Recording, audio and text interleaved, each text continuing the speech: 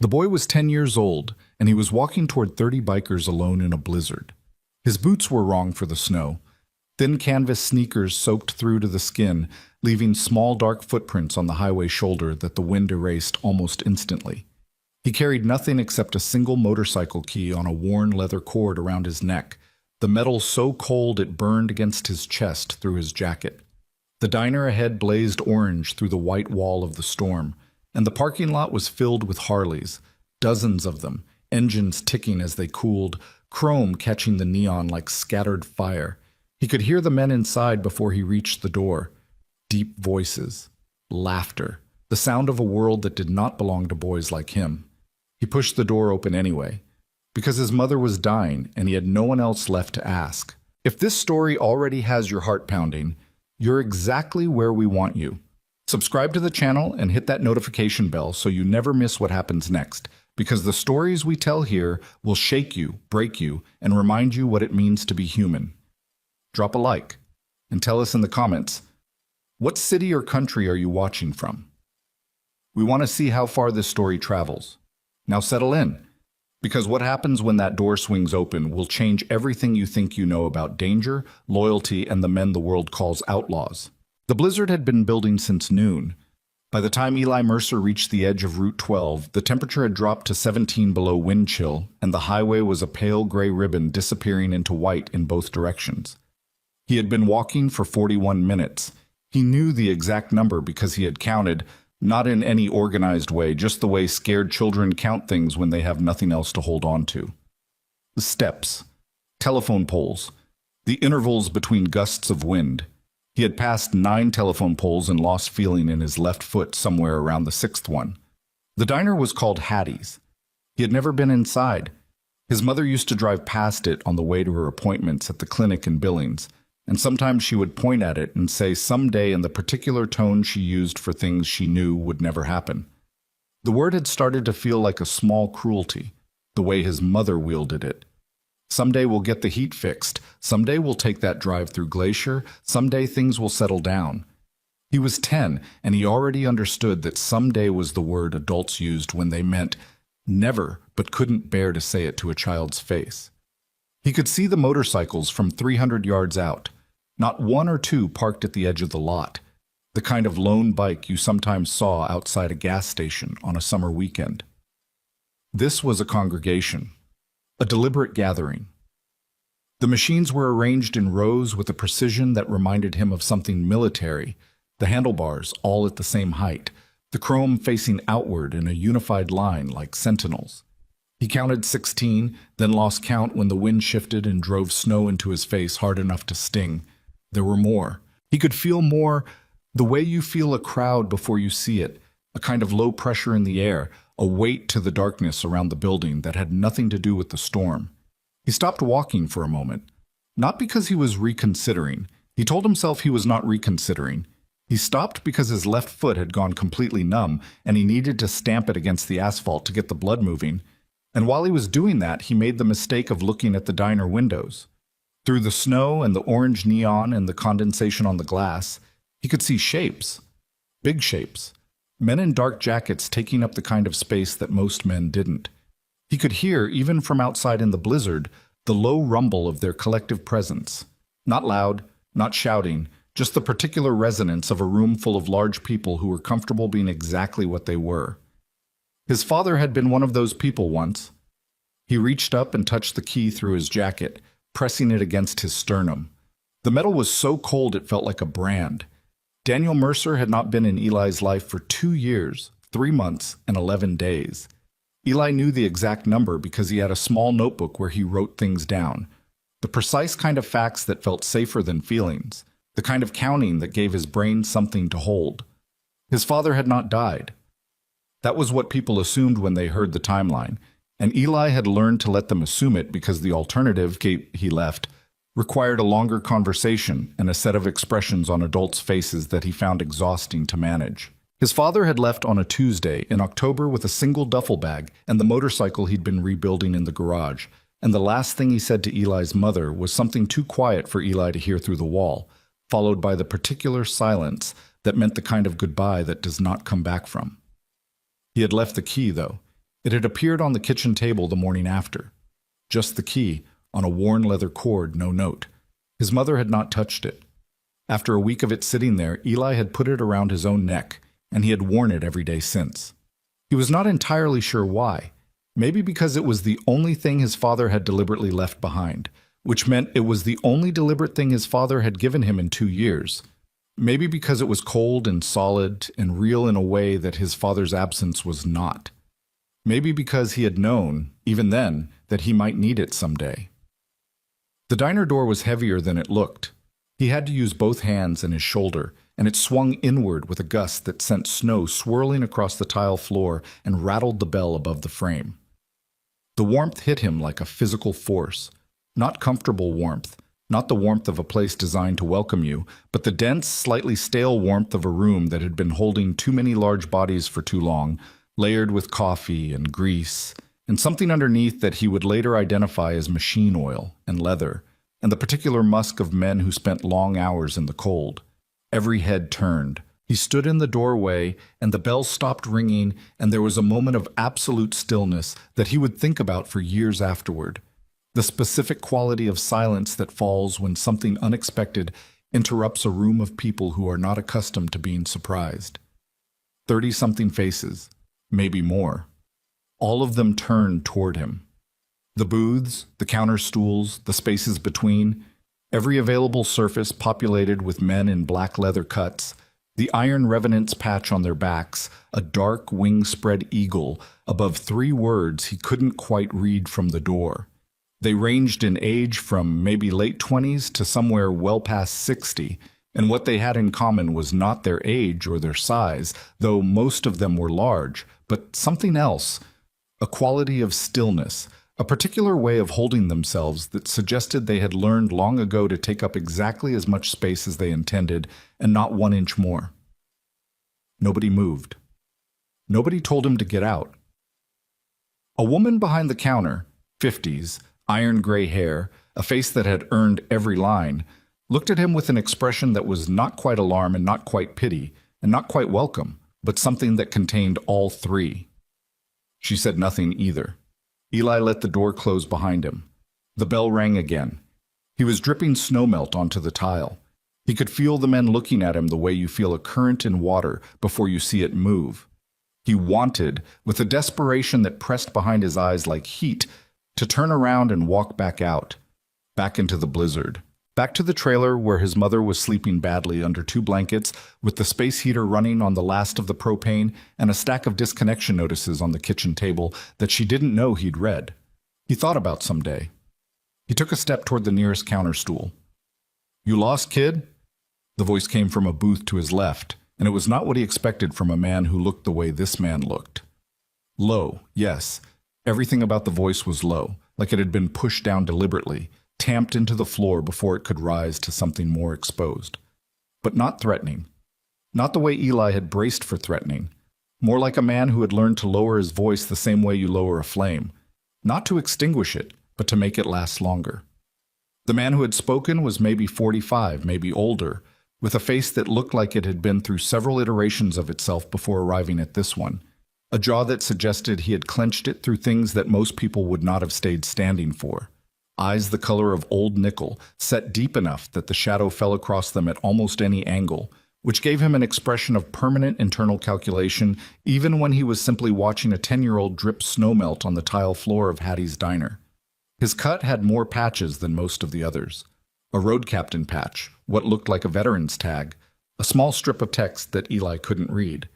The name stitched on the breast pocket said grave in blocky black letters. Eli said, "No." "No what?" "No, sir. I'm not lost."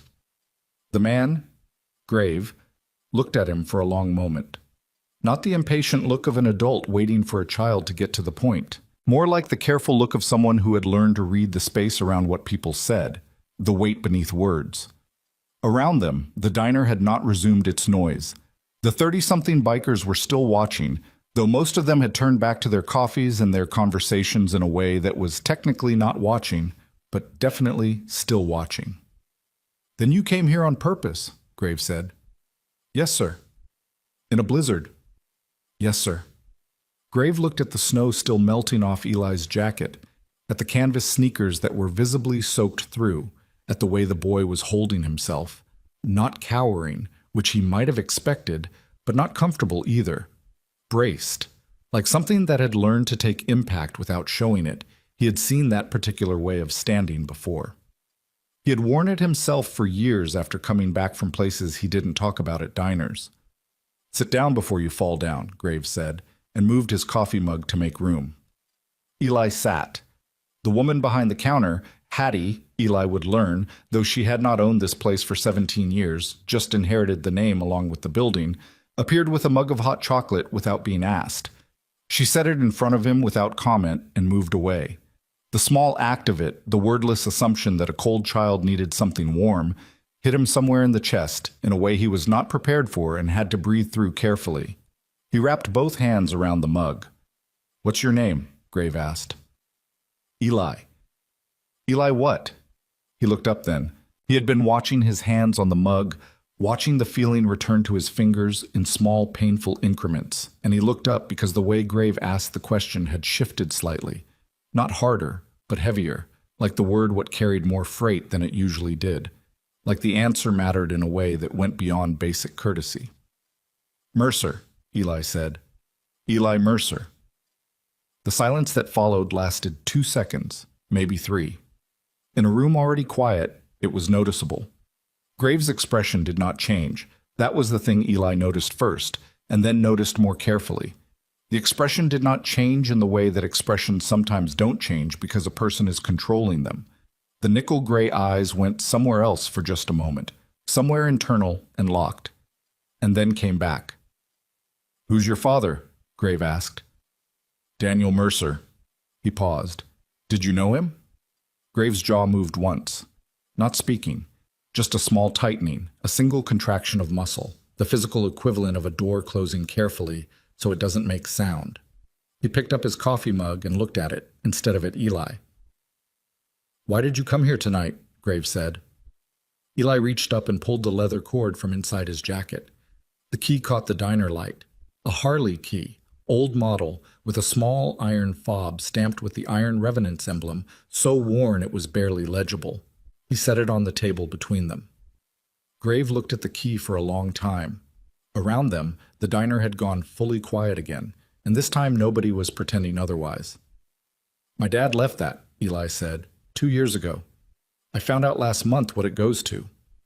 There's a motorcycle in our garage, a panhead, I think. It's been covered up since before I can remember. I looked it up. Those sell for a lot." He kept his voice level. He had practiced this, alone in the trailer while his mother slept, standing in front of the bathroom mirror and saying the words until they stopped catching in his throat. "My mom is sick. Lymphoma. She was getting treatment in Billings, but the insurance ran out and they stopped the appointments and she needs to go back and there are bills and the trailer's heating is broken and the propane is almost gone and I thought..." He stopped. He had not practiced what came after. "I thought maybe if I sold the motorcycle, it would be enough. Or if someone here knew my dad, maybe there was money he left, or..." He stopped again. He was 10 years old, and he was in a diner full of bikers explaining his mother's medical situation like a grant application, and his voice had done something at the end that he had not given it permission to do. Graves set the coffee mug down. He looked at the key for another long moment.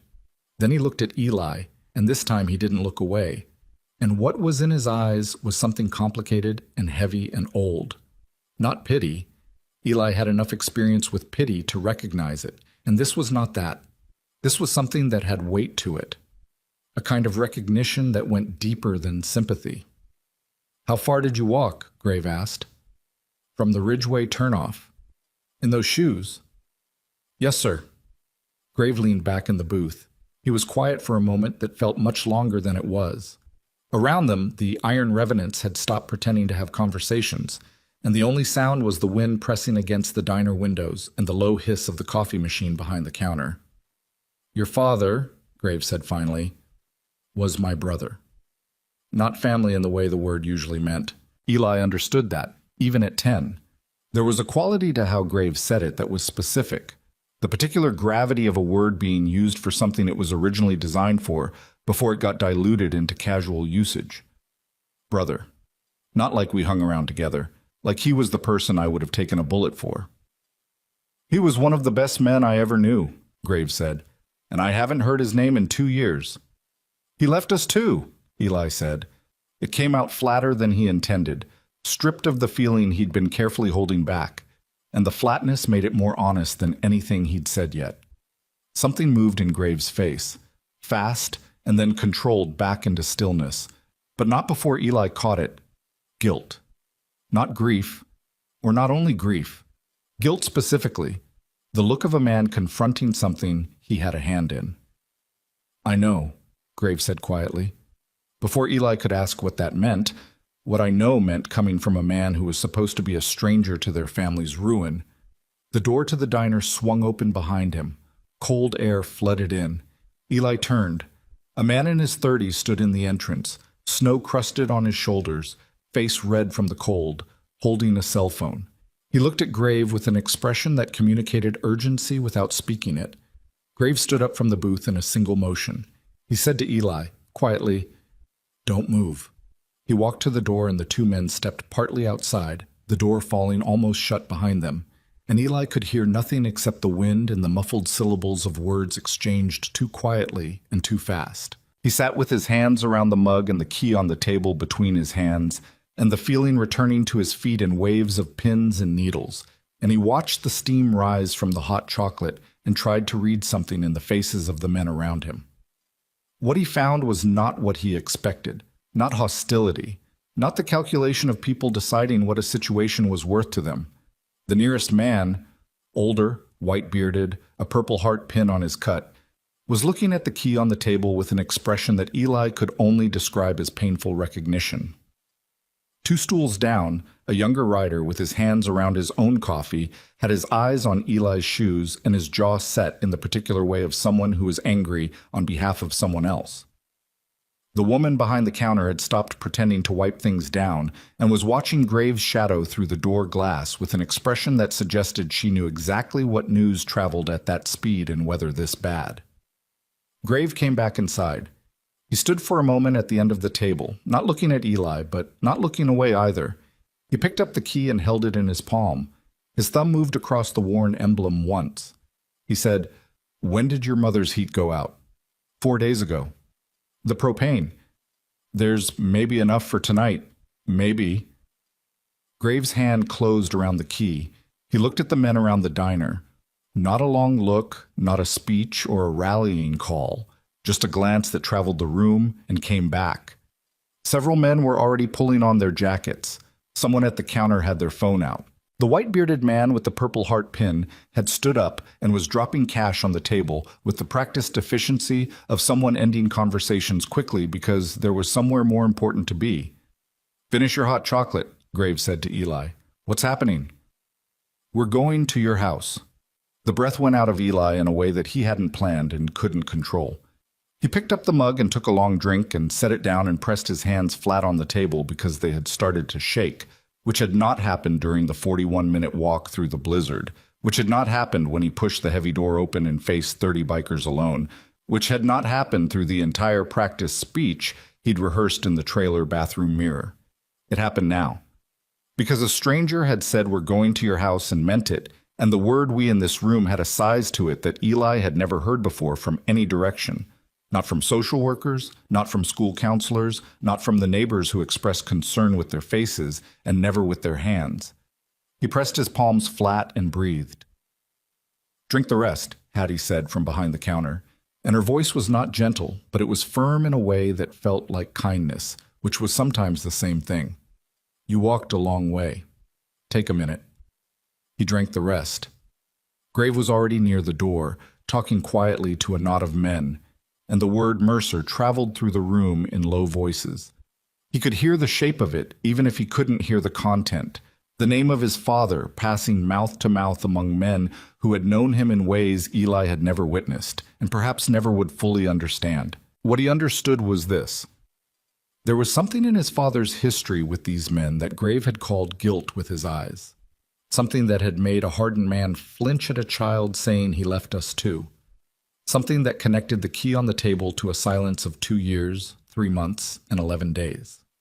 Whatever it was, it had not finished yet. Outside engines were starting.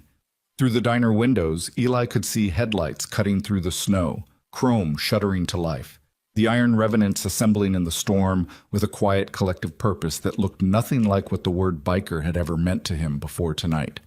They were not being dramatic about it. They were not performing anything. They were simply moving, the way people move when the thing that needs doing is clear, and the only question is how fast. He thought about his mother asleep in the trailer with 2 blankets and the last of the propane. He thought about the word someday.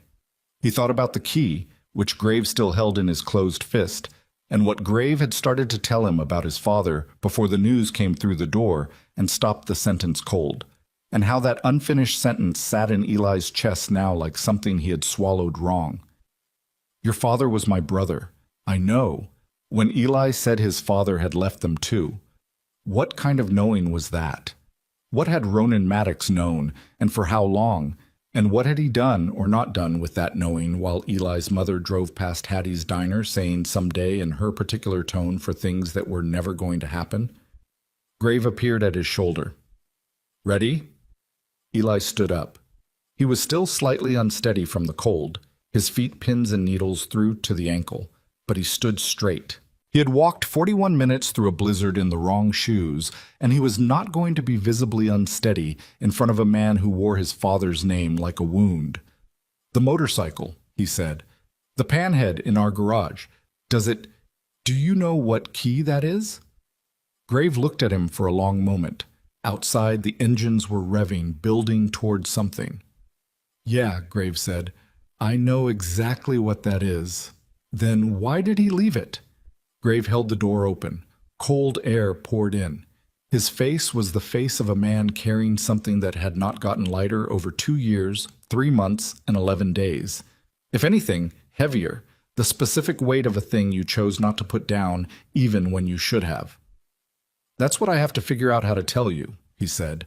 And then Eli stepped back out into the blizzard, and 30 iron revenant's engines roared to life behind him.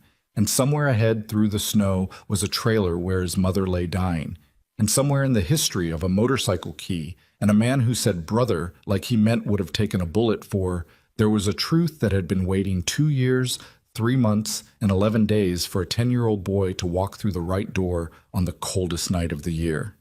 He pulled his jacket tighter. He walked toward the lead bike, where Grave sat waiting, chrome brilliant against the dark. And the thing that Grave still hadn't told him, the shape of guilt behind his eyes when he said, I know, the way 30 men had moved like a single organism at the sound of Eli's last name, the sentence interrupted by a ringing phone and never finished. Pressed against the inside of Eli's ribs like a second heartbeat, cold and insistent and terrifyingly, undeniably present. Whatever his father had left behind when he disappeared, it was not just a key. And Grave had been carrying it ever since. The convoy moved through the blizzard like something prehistoric. Eli rode behind Grave on the lead bike, tucked against the man's back with both hands gripping the sides of the leather cut, because Grave had told him to hold on, and he had learned in the last 40 minutes that when Grave said something, he meant the exact literal version of it. Nothing more and nothing less. The wind was savage at this speed.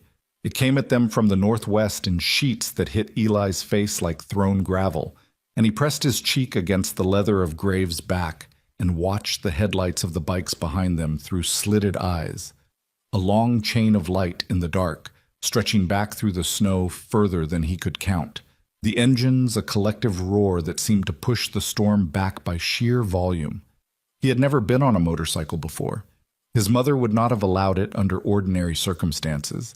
And these were not ordinary circumstances, but the extraordinary nature of them had not changed what his mother would think when she woke up and found 30 iron revenants parked outside the trailer. He had not considered that part carefully enough when he walked to the diner. He had been focused on the practical problem, the propane, the medical bills, the motorcycle in the garage, and he had not fully modeled what help would look like arriving from this particular direction. He was beginning to model it now, and the model was not comfortable. The Ridgeway turnoff appeared in the headlights, and Grave leaned the bike into the turn without hesitation, which meant he knew where they were going, which meant he knew where the Mercer trailer was, which meant that the geography of Eli's family's small ruin was not entirely unknown to this man who had spent 2 years saying nothing. That fact sat in Eli's chest alongside everything else and did not get lighter. The trailer was a 1987 Skyline single-wide at the end of a gravel track off Ridgeway Road, and it looked, in the converging headlights of 30 motorcycles, exactly as bad as Eli knew it was. The aluminum siding had gone from cream to the color of old newspaper. The wooden steps to the front door had been repaired with 2 different types of lumber that didn't match in color or thickness. One of the windows had a strip of duct tape along the lower right corner where the seal had failed, and the tape had been there so long it had gone from gray to black. The small propane tank at the side of the structure had a handwritten note taped to it in Eli's handwriting that said, "Almost empty. Do not waste," which he had written 6 days ago and apparently forgotten to take down. Grave cut his engine. Around them, one by one, the other bikes went silent, and in the sudden absence of the roar, the Montana night was very quiet except for the wind and the specific sound of snow landing on metal and gravel and aging aluminum siding. 30 men sat on their bikes in the cold and looked at the trailer, and nobody said anything. It was worse than Eli had imagined, seeing it from outside like this. He climbed off the bike. His legs were unsteady, and he stood for a moment with one hand on the seat, getting his balance, and Grave waited without comment. The older man swung off the Harley with a movement that seemed to cost him something, a slight catch at the left hip quickly suppressed, and stood looking at the trailer with an expression that Eli couldn't fully read in the dark. "She doesn't know I came," Eli said. "I figured." "She's going to—" He stopped. He did not know what his mother was going to do exactly. He knew the shape of it, the particular fear she carried about anything connected to his father's former life, the way she used the word "those people" when she talked about the years before Daniel Mercer had theoretically settled down. But the specific form her reaction would take, he couldn't predict. "She's scared of the club," he said finally. "Not of you specifically. She doesn't know you, but of what you represent." Grave was quiet for a moment. "What does she think we represent?" "Danger.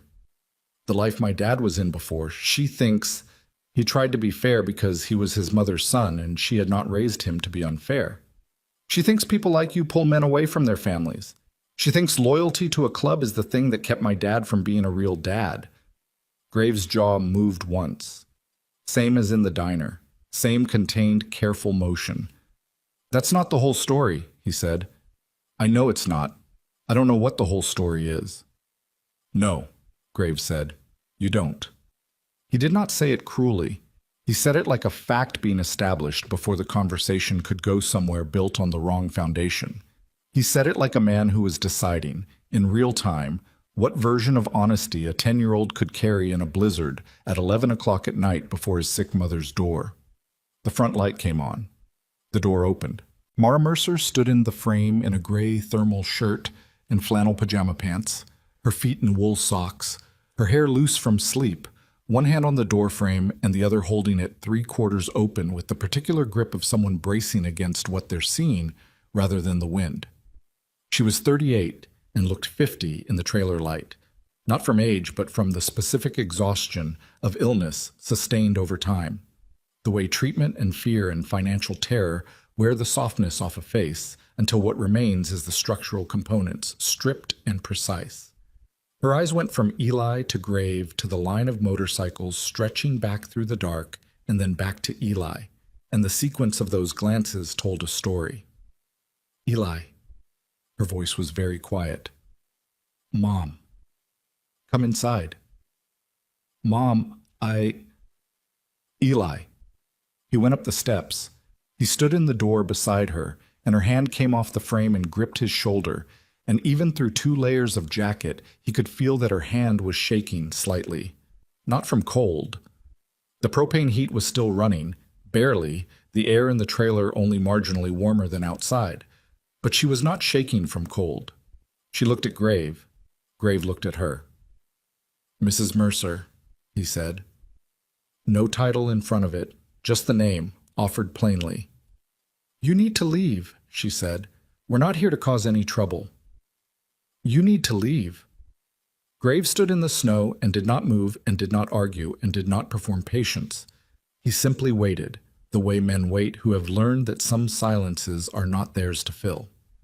Behind him, the Iron Revenants sat on their bikes without speaking, without engines, without anything except their physical presence in the dark, which was considerable. "My son is 10 years old," Mara said. "It is 11 o'clock at night. He walked to a biker bar in a blizzard without telling me." "Yes, ma'am." "That is not—" Her voice did something. She pulled it back. "That is not something I'm thanking anyone for. I'm not asking you to." "Then what are you asking?" Grave looked at her steadily. "Nothing tonight. Tonight we're asking if we can fix your heat." The silence that followed had texture to it. Eli could feel his mother's hand on his shoulder and the controlled shake in it, and the particular quality of her stillness, which was the stillness of a woman calculating angles in a situation she had not consented to be in. "Your propane tank is running low," Grave continued. "It's 17 below wind chill and it's going to get colder before morning. That's not a conversation. That's math." "I don't need—" "A man named Riggs," Grave said, and something in how he said the name made two of the bikers behind him shift slightly on their seats, a barely perceptible collective movement, "is going to look at your heating unit. He was HVAC before he came to us. He's good. He won't touch anything except the heater. If there's something wrong with it beyond the propane, he'll fix it, and we'll be gone." Mara's hand tightened on Eli's shoulder. "And what do you want from us?" she said. The us was pointed, not Eli and her, but the Mercer family as a unit, as a thing that could be leveraged. "Nothing," Graves said. "Nobody sends 30 motorcycles through a blizzard for nothing." "He does," said the white-bearded man with the purple heart pin from somewhere in the dark behind Grave. His voice was calm and factual, the voice of a man making a statement that he did not feel needed defending because it was simply true. "When it's one of ours." Mara looked at Eli. Eli looked at the ground. "He's not yours," she said quietly. "He's mine." Nobody argued with that. She let them fix the heater. She did not let them inside. Not past the doorway, not into the kitchen where the disconnection notices were stacked, not into any of the space that was hers and her son's and no one else's. She stood in the doorframe with her arms crossed over the thermal shirt and watched a man named Riggs, who had wide, careful hands and spoke in complete sentences, assess the heating situation with a flashlight and a toolbox he'd produced from a saddlebag, with the efficiency of someone for whom practical problems were a relief from other kinds. He talked as he worked, not performing cheerfulness, but simply narrating what he was doing in the tone of someone who understood that being watched by a frightened woman required transparency as a basic courtesy. "Primary issue is the thermostat coupling," he said, his voice coming from inside the access panel. "Secondary is the ignition switch. It's been cycling wrong, which is why you're burning through propane faster than you should. I can fix both. 20 minutes. Mara said nothing. "Also, your window seal on the north side," Riggs continued, "is letting cold air in along the bottom. That's adding maybe 15% to your heating load. I can put a temporary fix on that tonight and a proper seal in daylight, if you'll allow it." "Fix what needs fixing and go," Mara said. "Yes, ma'am." Eli sat at the kitchen table and watched his mother watch the repair work through the door, and the disconnection notices were still stacked on the counter, and the propane gauge was still nearly empty, and the medical bills in the folder under the counter were still the medical bills, and none of that had changed. But something else had changed, or was changing, in a way he couldn't exactly name. The trailer was full of the sound of tools on metal and wind against the aluminum siding and his mother's controlled breathing, and outside in the snow, 30 men were sitting on motorcycles in the cold, waiting for Riggs to finish. And the weight of that, the specific weight of that much deliberate presence on behalf of people who had not asked for it, was pressing against the inside of the trailer in a way that was hard to describe but impossible to ignore. Grave had not come closer than the bottom of the steps. Eli got up and went to the door and stood next to his mother. He was slightly shorter than her shoulder. She put her arm around him without looking at him, reflexive, the specific bodily memory of years of this particular child standing in this particular position. "You should have told me," she said quietly. "You would have said no." Yes. And we would have run out of propane by morning. She was quiet. And the appointments and billings, he said, are $4,000 each without insurance, and you haven't been in 6 weeks, and Dr. Patel's office called twice last week while you were asleep, and I didn't tell you because you were having a good day. And I didn't want to. He stopped. He had not meant to say all of that. It had been inside him for weeks, and the blizzard and the hot chocolate and the accumulated adrenaline of the night had loosened something that he kept carefully locked. His mother's arm tightened around his shoulders. "You're 10, she said. "I know." "You shouldn't know those things." "I know those things." She didn't argue. They stood together in the doorframe and watched Riggs work and listened to the wind. After a moment, she said, very quietly, as though saying it louder would make it more real than she could manage, "Which one is Maddox?" Eli looked up at her. "You know his name?" She was looking at the dark shape of Graves standing at the bottom of the steps, visible in the spill of the porch light as a large, still figure with his hands in his jacket pockets and his face turned slightly away from the wind. "Your father talked about him," she said. "More than anyone else. He called him Grave. He said—" She stopped. The stopping was its own kind of sentence. "What did he say?" She shook her head once. "Not— I won't tell you, but I don't know how to tell you in a way that comes out clean. Mom. He said Grave was the best man he knew and the most dangerous thing in his life," she said finally. "He said he loved him, and he said he was afraid of him, and he said—" Another stop. Her voice had gone to the specific flatness of someone controlling something large. "He said if anything ever happened to him, Grave would come. He said Grave always came." Eli looked at the man in the snow. "Your father was my brother," Grave had said, holding the key. "I know," when Eli told him Daniel had left. The thermostat coupling clicked back into place. The heat came on. It was a different sound than before, cleaner, steadier, the system running the way it was supposed to run instead of fighting itself, and the warmth that moved through the trailer was noticeably more immediate than it had been in days. Riggs backed out of the access panel and stood up and began putting his tools away in the organized silence of a man who did not require acknowledgement for work he'd already decided to do. "You're good for the season on the heating itself," he said to Mara. "Propane you'll need to refill, but the unit will run efficiently now, so it'll last longer." He snapped the toolbox shut. "Window seal tomorrow, if you'll let me." "I'll think about it," Mara said. He nodded like that was a reasonable answer and went back down the steps. Grave was still at the bottom of the steps. Mara looked at him for a long moment. Eli could feel the specific quality of that look, the particular calculation of a woman who had spent 2 years constructing a version of reality that did not include Ronan Maddox and was now being asked to revise it in real time. "He left," she said. "Not to Eli, to Grave." "Yes," Grave said. "You know why." It was not a question. Grave was quiet for a moment. Behind him, snow fell steadily, accumulating on shoulders and handlebars and the brims of helmets, and nobody moved. "Not tonight," he said. "Then when?" "When it won't break your son in the process of breaking you." Mara made a sound that was not a laugh. "Is that your call to make?" "No," Grave said. "It's not. I'm asking you to let me make it anyway." The silence that followed was long enough that Eli felt the cold coming back through the door and shivered without meaning to, and his mother noticed and pulled him slightly back from the frame and kept her eyes on Grave. "The motorcycle in my garage," she said. Something moved in Grave's posture, barely visible, but Eli had been watching him long enough that evening to read the language of his stillness, and this was a different quality of stillness. Not the controlled calm of before, but the specific tension of a man who has been waiting for a particular sentence and feels it land. "I know about it," Graves said. "Eli says it's worth money." "It is." "Is it his to sell?" Grave looked at her for a long moment. "That's a complicated answer." "Then uncomplicate it." "The bike was built by Daniel," Graves said. "Parts came from the club, some of them, not all. Some of the work was done at our shop. The title—" He paused. "The title situation is something we'd need to look at." Mara's expression did not change, but her eyes sharpened. Meaning I'm not going to stand here in the cold and tell you something that might not be fully accurate." meaning you might have a claim on it.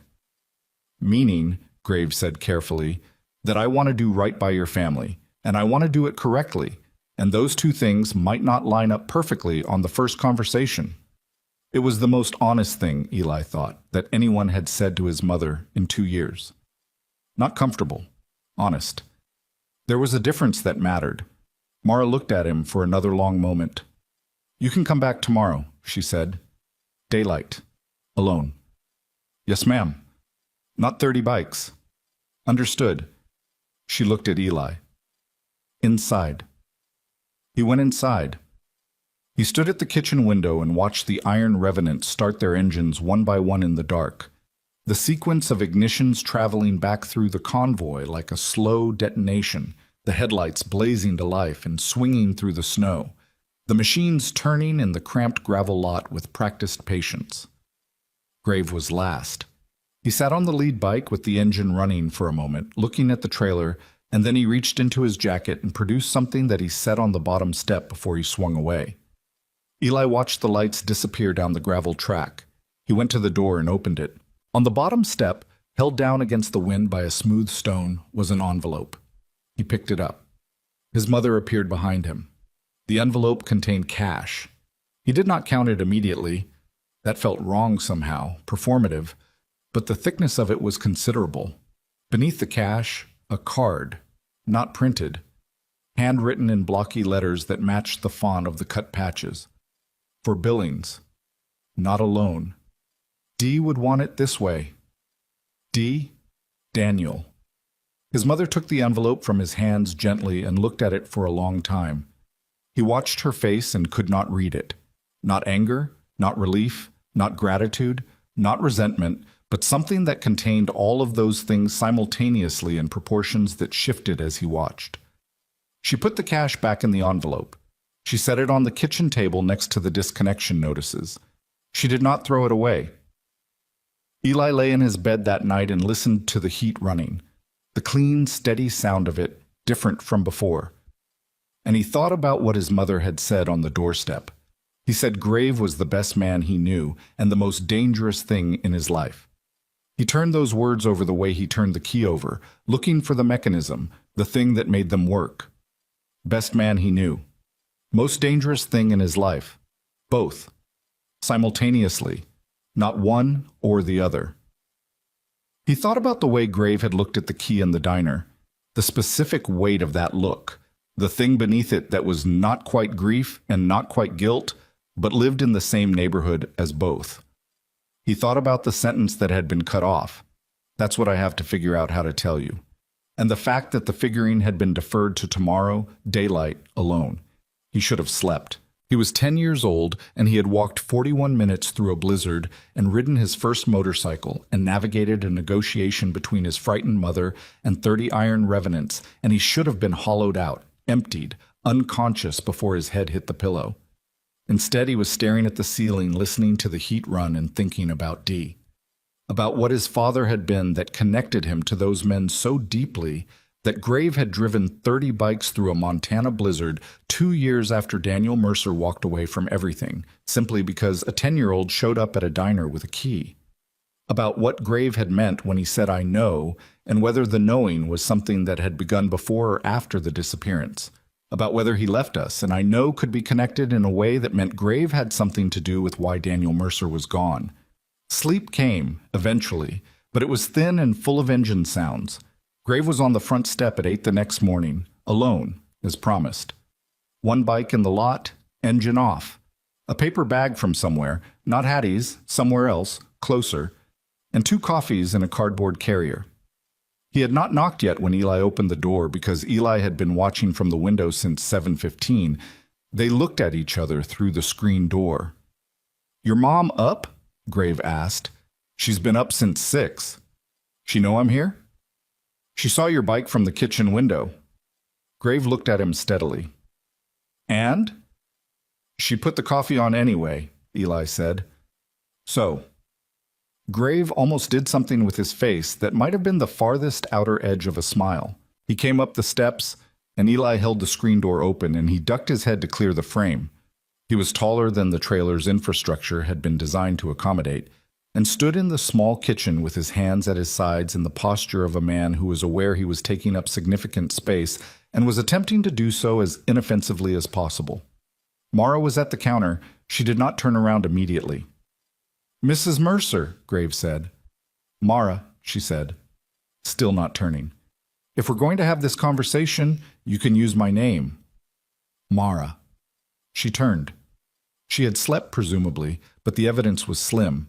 She was wearing the same thermal shirt, now with a flannel over it, and her hair was pulled back, and she was holding a coffee mug in both hands the way Eli had held the hot chocolate the night before, the specific grip of someone who needs something solid. "Sit down," she said. He sat. He did not take off his jacket. Too large for the kitchen, it would have required managing, and he seemed to assess that and decide against the disruption. He sat at the small table and his hands rested on the surface in front of him, and Eli pulled out the other chair and sat too, and his mother brought her mug and sat across from Grave, and for a moment the three of them simply occupied the small space together with the heat running and the snow still falling outside the window.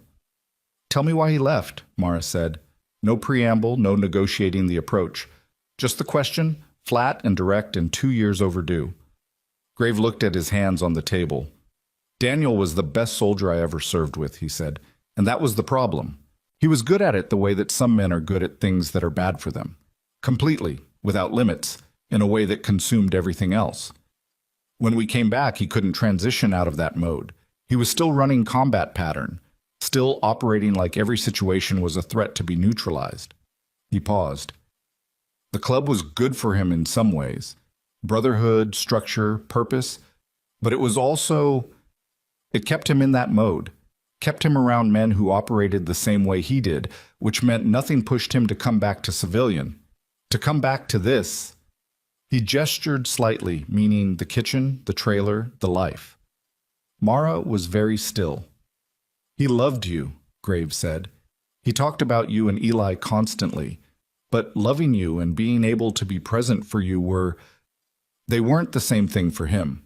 And the gap between them was getting wider. He was starting to..." He stopped. He looked at the table. There were incidents, not criminal, nothing that would... He seemed to decide something. He was hurting himself, quietly, in the way that men do when they can't figure out how to stop being at war. The kitchen was very quiet. "I'm the one who told him to leave," Graves said. Mara's mug went down on the table. It made a sharp sound. "I told him that staying in the club while he had a family was going to destroy both," Graves said. "That he had to choose. I thought..." He stopped again. The stopping was heavier this time. "I thought if he stepped away from the Brotherhood and focused on you, he'd get better. Find a therapist. Get the distance from the life. I thought the club was what was keeping him from healing." "He didn't come home," Mara said. "No. You told him to choose his family, and he didn't come home." "No," Graves said. "He didn't. So what did he choose?" The question landed in the kitchen like something dropped from a height.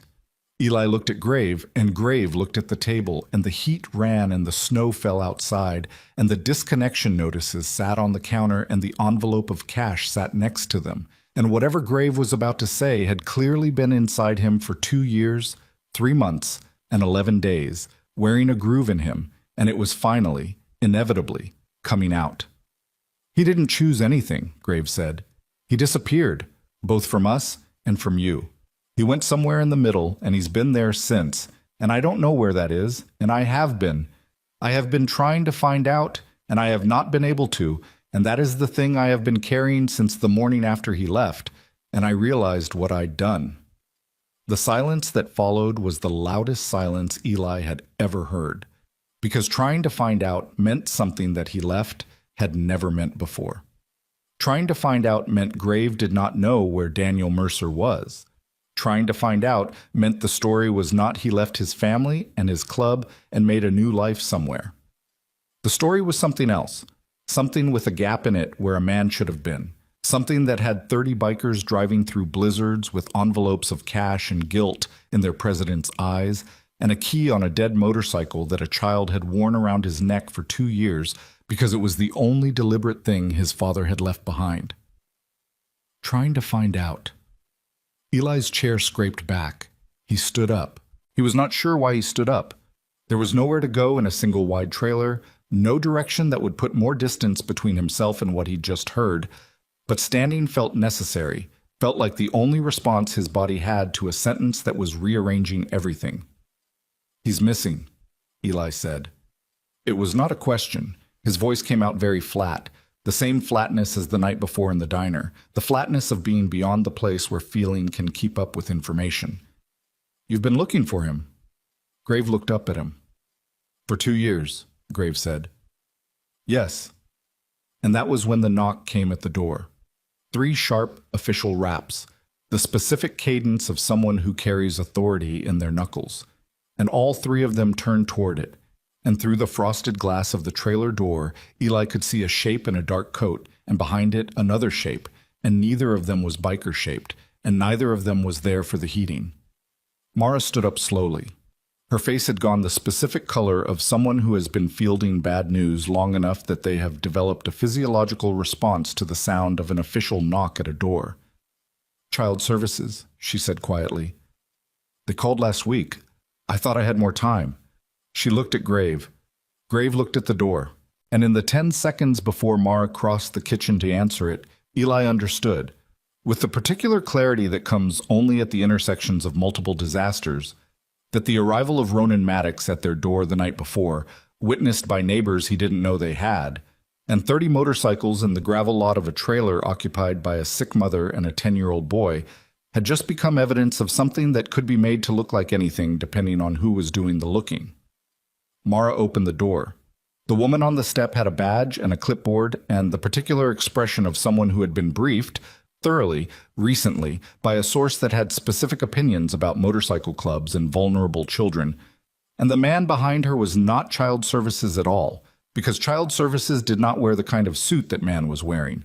And Child Services did not look at Ronan Maddox sitting at a trailer kitchen table with the flat, cold recognition of someone who had been waiting for exactly this moment. "Mrs. Mercer," the woman said, "I'm here about Eli." And Graves' hands on the table went very still, and Eli watched him and saw the calculation happening behind the nickel-gray eyes, and what he saw there was not fear. It was something colder and more specific than fear, the look of a man who has just recognized the shape of a trap and understands with absolute clarity that he walked into it himself. The woman's name was Karen Stills, and she had been a Child Protective Services investigator for 11 years. And she did not look like someone who had been sent here on short notice in a snowstorm because she was worried about a 10-year-old boy. She looked like someone following instructions. The distinction was visible in the way she held the clipboard, not reading from it but using it as a prop, a physical object that gave her something to do with her hands, while her eyes moved around the trailer kitchen with the systematic efficiency of someone who had been told what to look for before she arrived. She looked at the disconnection notices on the counter. She looked at the envelope of cash beside them. She looked at Graves sitting at the kitchen table, and her gaze landed on him with the particular flatness of prior familiarity. Not who is this large man in a motorcycle cut, but there he is. The man in the suit had not come inside. He stood on the porch behind Stills with his hands in his coat pockets and his eyes on Grave through the screen door, and his face had the quality of a man watching a chess piece move exactly where he'd calculated it would. Eli stood between the counter and the table and looked at the man in the suit and felt something cold move through him that was not the weather. "Mrs. Mercer," Stills said, "we received a report last night regarding Eli's welfare. I need to ask you a few questions." "What kind of report?" Mara said. "Not a question. A demand for precision." A concerned neighbor contacted our office. They reported witnessing a large number of motorcycles at this address late at night, and a minor present in an unsupervised situation with multiple unknown adults. "He's my son." "Yes, ma'am. And you were present?" "I was inside." "Were you aware that Eli had left the property earlier in the evening?" Mara's jaw tightened once, and Eli watched her decide how to answer, and the deciding took a fraction of a second longer than normal, which was long enough. "We've since discussed it," Mara said. Stills wrote something on the clipboard. The scratch of the pen was the only sound in the kitchen besides the heat and the wind. "Miss Stills," Graves said. Stills looked at him. Her expression did not change. "May I ask who filed the report?" he said. "Reports to our office are confidential." "I understand that. I'm asking as a courtesy, since I'm sitting in this kitchen, and whoever filed it appears to have known I was here, which means the report was filed after midnight in a snowstorm by someone who was watching this address with some attention." He said it without inflection, without aggression, in the same low-controlled voice he used for everything, but the content of it was precise and pointed, and Stills knew it. "That's not a concerned neighbor. That's surveillance." Stills looked at him for a moment. "I'm not able to comment on that." "No," Graves said. "I imagine not." The man on the porch shifted his weight, just slightly, just enough that Eli noticed it and understood, without being able to articulate exactly why, that the shift was not physical discomfort. It was satisfaction. The particular micro-movement of someone watching a plan execute on schedule. "Mrs. Mercer," Stills continued, "given Eli's current living situation, the heating issues, the medical bills, the income instability, our office needs to assess whether his needs are being adequately met. That's standard procedure in cases like this." "Cases like what?" Mara said. "Single mothers? Sick parents? People who are poor?" "Cases where a child's welfare may be at risk." "His welfare is fine. His welfare was better this morning than it was 2 days ago because those men fixed my heating." "I understand. But the circumstances, Mara said, and her voice had gone somewhere very quiet and very flat, the specific register of a woman who is holding something large behind a thin wall, "are that my son is sick of watching me be sick, and he went and found help because I couldn't. Those circumstances." Stills wrote something else. The pen sound again. Eli looked at the man on the porch. The man was looking at him now. Not at Grave, not at Mara, at Eli. And the look was the look of someone making a calculation that involved Eli as a variable rather than a person. And Eli had been looked at by enough adults in the last year.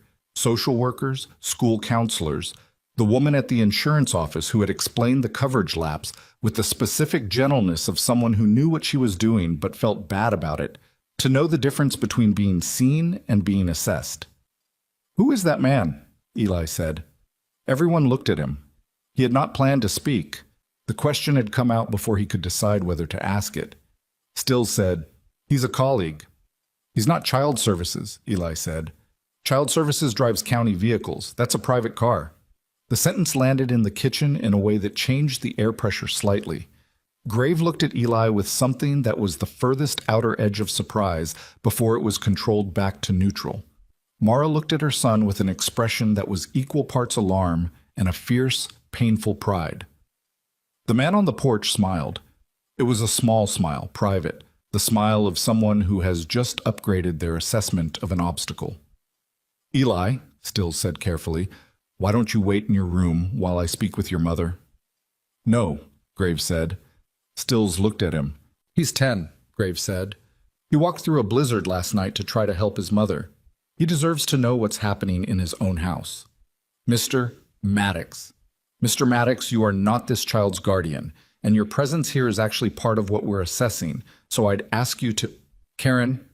The man on the porch had spoken for the first time. His voice was smooth and deep and educated, the voice of someone who had spent years in rooms where voice was a tool.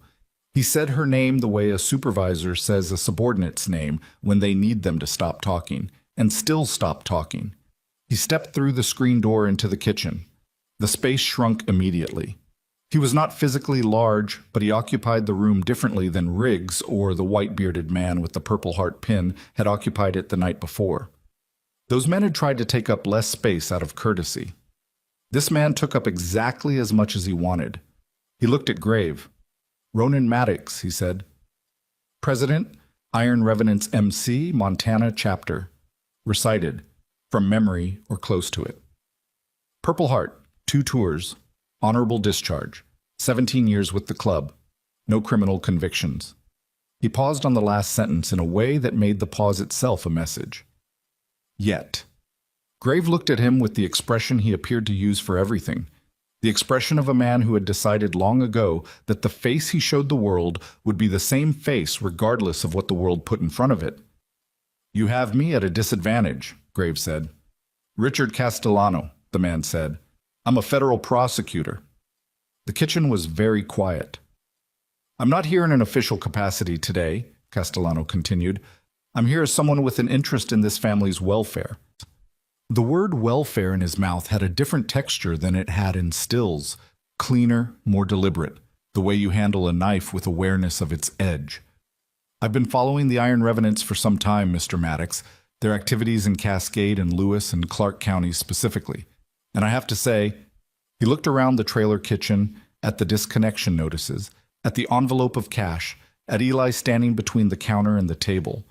When I heard that the club president had personally escorted a minor to a vulnerable household at midnight and left a significant amount of unaccounted cash, I wanted to make sure Mrs. Mercer understood what kind of arrangement she might be entering into. Mara said, I'm not entering into any arrangement.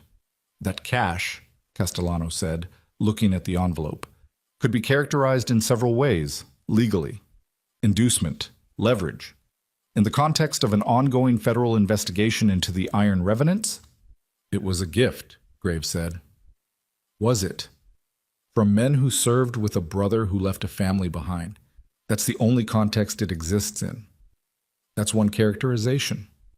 Castellano turned the full weight of his attention onto Grave, and it was the kind of attention that felt like pressure, the specific social force of a man who had spent decades in courtrooms learning to make other people feel the shape of his opinion without raising his voice.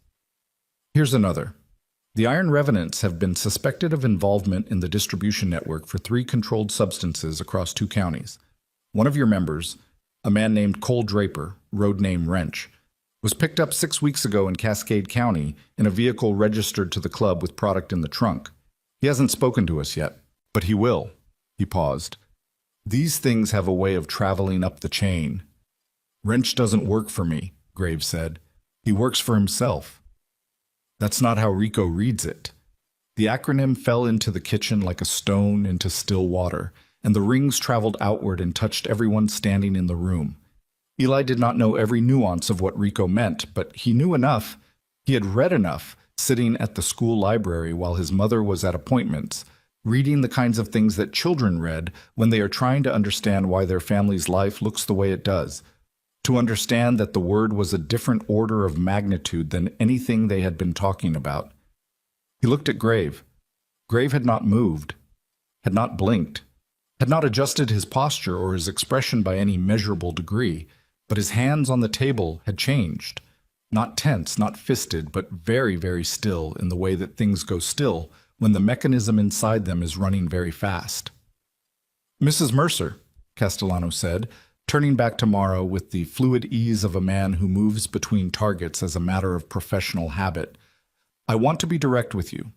You are in a difficult situation. Your son is in a difficult situation. There are people in this room who would like to help you, and there are people who would like to use your situation to their advantage.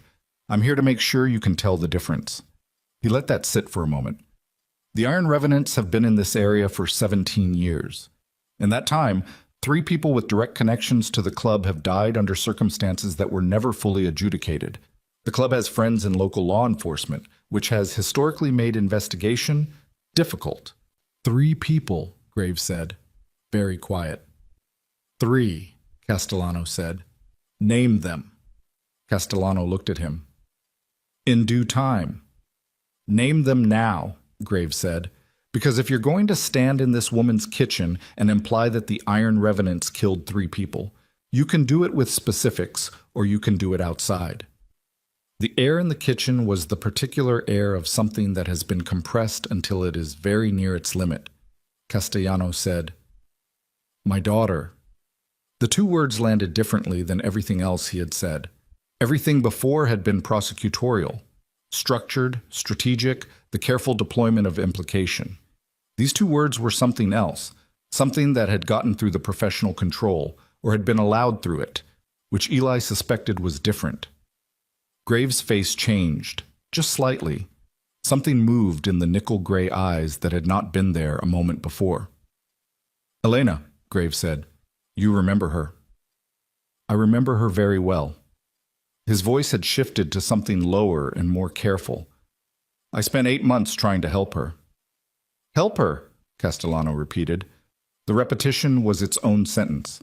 She was using, Graves said. She was 23 and she was using, and she came to us. Not to the club as an institution, to me specifically, because she knew we had connections to a recovery house in Helena. I tried to get her in. She wasn't ready. She left. 6 weeks later, he stopped. She was found in a vehicle registered to your club, Castellano said. In a parking lot in Great Falls. Yes, I know. I was there when they found her. Something moved through Graves' voice that had no name except old pain, the specific timbre of a wound that has been carried long enough to become architectural. I identified her body because her father and I hadn't spoken in 4 years, and nobody else knew who she was. Castellano was very still. I called you, Graves said. After. I called you 3 times. You didn't answer. Don't, Castellano said. I left messages. I said I was sorry. I said I'd tried. I said if you wanted to know what happened in those 8 months, I would tell you everything. Graves' voice remained level throughout. Not defensive, not attacking, just precise. The precision of someone who has replayed a sequence of events so many times it has acquired the quality of documentation. You never called back. My daughter was found dead in a vehicle belonging to your organization, Castellano said. His voice had changed too now. Less prosecutorial, more fractured at the edges, the professional control showing the lines where personal grief had cracked through it and been repaired imperfectly. Whatever you think you were doing for her, I know what I was doing for her. Then you know it wasn't enough. The sentence was a blade, and it went in clean, and Grave took it without flinching, which told Eli more about both men than anything either of them had said. No, Grave said quietly, it wasn't enough. I know that. Castellano looked at him for a long moment. Something moved in his face, not resolution, not forgiveness, not softening, but the specific instability of a man who has organized his grief into a legal case because it was the only container strong enough to hold it, and is now standing in front of the thing he organized his grief against and finding it more complicated than the case. He looked away, back at Mara. Mrs. Mercer, he said, and his voice was professional again, the grief sealed back behind the courtroom register. I'm going to be straightforward. I intend to build a case against the Iron Revenants that will result in indictments for multiple members, potentially including Mr. Maddox.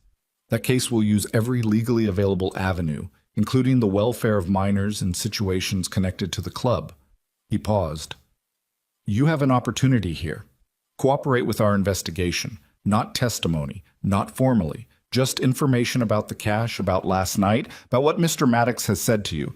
And I can ensure that Eli's situation is assessed very favorably. The medical bills, the housing, there are programs. Another pause. Don't cooperate, and I can't protect you from the secondary effects of the investigation, which will be considerable. The silence that followed this was the longest silence yet. Eli watched his mother's face. He watched the calculation happen in her. Not cynical calculation, not the cold math of self-interest, but the desperate calculation of a woman who has been failing at keeping her son safe for 2 years and is being offered a version of safety that costs someone else. He watched her look at the disconnection notices. He watched her look at the envelope of cash. He watched her look at Grave, who was looking at the table, and then at Eli, and then back at Castellano. He watched her understand that there was no clean answer in this room. You need to leave, Mara said. Both of you, now. Still said, Mrs. Mercer, I still need to You have my number. Make an appointment. Come back during business hours without a federal prosecutor standing behind you, and we'll talk about my son's welfare. Her voice was very steady. Right now, get out of my house. Castellano looked at her for a moment, then he looked at Grave. We'll talk again, Maddox, he said. Looking forward to it, Grave said, in a tone that made the words mean exactly what they said, and nothing more. They left. The screen door swung shut. Through the window, Eli watched them walk to the private car, a dark sedan, out-of-county plates, recently cleaned despite the weather, and Castellano paused beside it and looked back at the trailer with an expression that Eli could not read at this distance but could feel, the way you feel a weather system before it arrives. The car backed out of the lot and was gone. The three of them stood in the kitchen in the wake of it. Mara sat down. She sat down the way people sit when their legs have made a decision independently of their mind, pulling a chair out and dropping into it and putting both hands flat on the table and looking at the middle distance. The controlled steadiness that had carried her through the last 20 minutes was still in her posture, but it was thinner now, visible at the seams. "Tell me about Wrench," she said. Graves sat down across from her. "He's not my man." "But he's in your club." "He patched in 8 months ago. He came with references from another chapter. I had reservations, but the vote went the other way." His jaw tightened slightly. "I've been watching him since. There have been things that didn't sit right. I didn't have proof. But Castellano has proof. Castellano has Wrench in a vehicle with product, and he has a story to tell about what that means. Whether it's the true story..." He stopped. "Rico requires pattern, enterprise. He needs more than one incident, and he needs to connect it to leadership. He's going to try to draw a line from Wrench to me. Can he? Not with facts. But facts aren't the only thing that builds a case." Mara looked at her hands on the table. "He said 3 people connected to the club died. Elena Castellano, and 2 others." He was quiet for a moment. "A man named Roy Deeds, who was associated with a supplier that had peripheral contact with some of our members 2 years ago. And..." He stopped. The stopping had a particular quality this time, different from the controlled stops before. This one was involuntary. A brake applied fast against something moving too quickly. Mara looked up at him. The stop lasted 2 seconds. 3. "Who's the third?" Mara said. Grave looked at the table. "Grave," Eli said. The name came out of him before he'd decided to say it. He had been standing against the counter this whole time, not moving, because moving had felt like it might draw attention to him, and he had not wanted attention. He had wanted to watch, to listen, to collect the information that adults kept deciding he was too young to have. But the stop, the specific quality of this particular stop, had broken through his observer's stillness and pulled his voice out. Grave looked at him. "Who is the third person?" Eli said. Grave's hands on the table, very still, the mechanism inside running very fast. "We don't know for certain," he said. "Who might it be?" Grave looked at Mara. Mara looked back at him with an expression that was absolutely still, the stillness of someone who has already processed an answer and is waiting to see if the other person will say it. "Your father has been missing for 2 years, Grave said. "Not left, not chose another life. Missing. No contact with anyone who knew him, no financial activity. No..." He stopped again. Shorter stop this time, like he was pushing through it. When a man disappears that completely, there are limited explanations. Some of them are survivable. The kitchen, the heat, the disconnection notices. Eli stood against the counter and felt the floor of his understanding shift beneath him. Not collapse, not crack, but shift. The specific movement of ground that has been built on an assumption that has just been removed. For 2 years, he had organized his pain around he left. He had built a whole architecture of feeling on that foundation. The anger, the counting, the notebook, the key worn against his chest because it was the one deliberate thing, the bathroom mirror practice of saying the hard words until they stopped catching. He left. That was the shape of it. That was what you moved around. If the shape was wrong, the architecture fell, all of it. "You think he's dead," Eli said. "I think there are things I don't know," Graves said carefully, "and I have been trying to find out what they are for 2 years. "But you think he's dead?" Grave looked at him steadily. The nickel-gray eyes, the face that had been through several iterations. "I don't know, Eli. That's not what I asked." A long moment. "I'm afraid," Grave said quietly, "that something happened to him." "Yes." Eli looked at the key on the table between them. He had taken it off when he came home last night, a first in 2 years, 3 months, and 11 days, and set it there, and nobody had moved it. It sat in the same spot, the iron fob catching the kitchen light, the emblem worn to near illegibility. His father had left the key deliberately. His father had left it knowing he was not coming back. Or someone had left it for him after. The thought arrived fully formed and hit like cold water. He looked up at Grave. "Did you put the key on the table?" he said. Graves' face. Just for a fraction of a second, something crossed it that was not controllable and not controlled. The specific expression of a man who has been asked the one question he was not prepared for, not because he didn't know the answer, but because he had not expected to be asked it by the person asking it. "Yes," Graves said. The word landed. "You put it there?" Eli said. "After my dad disappeared, you came to our house and put it on the table." "The morning after," Graves said. "Yes. Your mother was asleep. You were at school. He stopped. "Daniel had given the key to me when he left the club. He said—" Another stop. Longer. The kind that means the next sentence has been lived with for a long time and is hard to make into words. He said if anything happened to him, the key would lead somewhere important. He said to get it to you when you were old enough. "I'm 10. "You walked 41 minutes through a blizzard to a room full of bikers," Graves said. "You were old enough." Eli looked at the key.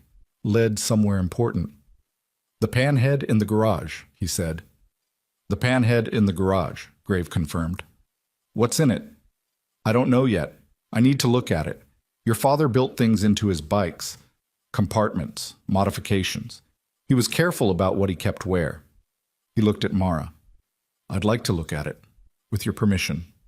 Mara had been very quiet through the last several minutes. She was looking at the key with the expression of someone revising a 2-year-old story in real time and finding the revision more painful than the original, which was saying something because the original had been the worst thing that had ever happened to her. "You think there's something in it," she said. "Something Daniel left." "I think Daniel was careful and deliberate about what he left behind," Graves said, "and I think he knew more than I did about what was coming." "What was coming?" Mara said. "From who?" Graves was quiet for a moment. "There were people connected to the distribution network that Wrench was working with," he said slowly, "who had concerns about certain members of our chapter, about what they might know, about what they might have documented." He chose each word with care, the care of someone constructing something load-bearing. Daniel was not involved in any criminal activity, but he had a habit of watching things carefully and writing things down. He kept records. He said it was a military habit. You document everything, because memory is unreliable and accountability matters. He kept a journal, Mara said. "Several." "I never saw them." "No," Graves said. "You wouldn't have. They weren't the kind of thing he kept at home." He looked at the panhead in the garage through the kitchen wall, through the thin partition of aging aluminum and insulation that separated the living space from the detached structure at the back of the lot. And the look was the look of a man who had been waiting to look at something for 2 years and was now one conversation away from it. Mara stood up. She went to the window and looked out at the garage. A small structure, barely bigger than the motorcycle it contained, siding matching the trailer, padlock on the door that Eli knew was old enough that the key turned hard. She stood with her back to the room for a long moment. "If there's something in that bike," she said, "and it's what you think it might be, then it explains things," Graves said, "about Daniel, about what happened to him, about who's been watching this address, and about Castellano." "Maybe." "Maybe," Mara repeated. She turned around. "Or maybe it makes everything worse." "That's possible too." "If it makes everything worse," she said, "I need to know that before I open that garage. I need to know that you are not going to put my son in more danger than he's already in by me knowing what's in there." Graves looked at her. "I can't promise that," he said. "What I can promise is that the danger is already here. Castellano didn't come to this trailer because he randomly picked a name. He came because someone told him to come. Someone who knows about the key, or about Daniel's records, or about what's in that garage. And if that someone is who I think it is—" He stopped. His phone, in his jacket pocket, vibrated once. He looked at it. His face did not change, but his eyes changed. The internal mechanism shifting to a different gear, a faster gear, the gear of immediate response. He stood up. "I need to make a call," he said. "Outside." He went out the front door, and through the window they watched him on the porch, phone to his ear, facing the road. The call lasted 45 seconds. When he came back inside, his face was still the face he always wore, but his jaw was set differently. Not tighter, but differently, the way a structure sets itself before anticipated load. Wrench is gone, he said. Mara looked at him. What? He wasn't at the clubhouse this morning. His bike is gone. His room has been cleaned out. He looked at Eli, then at Mara. Someone warned him. Either he found out about Castellano's move last night and ran, or someone in our chapter told him. He paused. Either way, he's running, and running men do one of two things. They disappear, or they make problems for the people they're running from. He'd go to whoever he was working for, Mara said slowly. Yes. And tell them that the Iron Revenant's president is sitting in the Mercer trailer looking at a dead man's motorcycle. Grave looked at her with something that might have been surprise at the speed of her analysis, or might have been recognition of it. Yes, he said. The garage. They went to it, all three of them, because Mara would not send Eli inside, and Eli would not stay in the trailer, and the negotiation of that had taken 30 seconds before Grave had cut it short by simply moving toward the back door and trusting them to follow. He carried a flashlight from his saddlebag. The padlock opened on the third attempt with the key from the kitchen junk drawer. The garage smelled of cold metal and old oil and something else beneath it, something Eli couldn't name, that he would later understand was the specific smell of a space that had not been opened in exactly as long as his father had been gone. The panhead was under a canvas tarp. Grave pulled it back slowly, the way you pull something back when you don't know what condition you'll find underneath, and the bike emerged in the flashlight beam. A 1965 Harley-Davidson panhead, deep burgundy, where the paint had survived, chrome-clouded from 2 years of cold and neglect but structurally present, the lines of it clean and deliberate in the way of machines built by someone who understood them as more than transportation.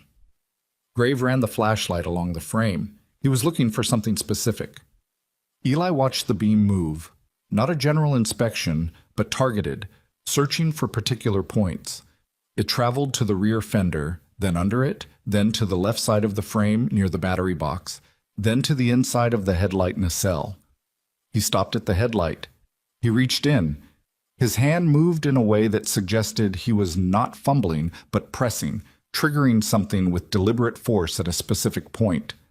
There was a sound, small, mechanical, a click that was designed to be quiet, and then a section of the nacelle's inner housing separated from the rest. Grave reached in and removed something, a waterproof case, black neoprene, sealed, the size of a small book. He held it in the flashlight beam. Eli looked at it. His mother made a sound that was not quite a word. Grave opened the case. Inside, a USB drive, a folded paper dense with handwriting, and a photograph printed on regular paper. 4 men standing outside a building Eli didn't recognize, arms around each other's shoulders, grinning.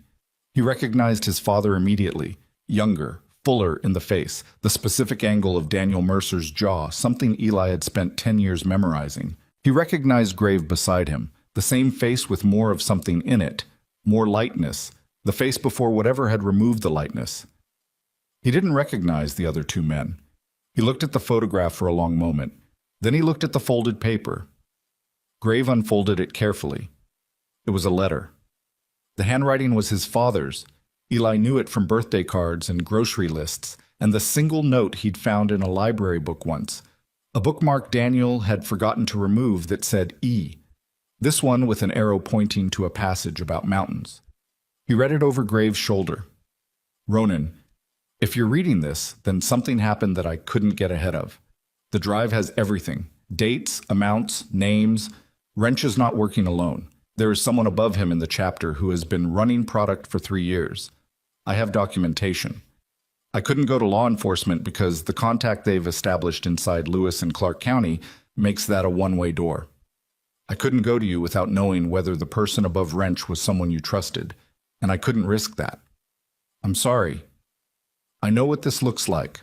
I know what Mara will think. Take care of them. Take care of Eli. The drive is the truth. Use it. The letter was signed with a D and nothing else. Grave folded it. His hands were not shaking. That was the thing about Grave's hands.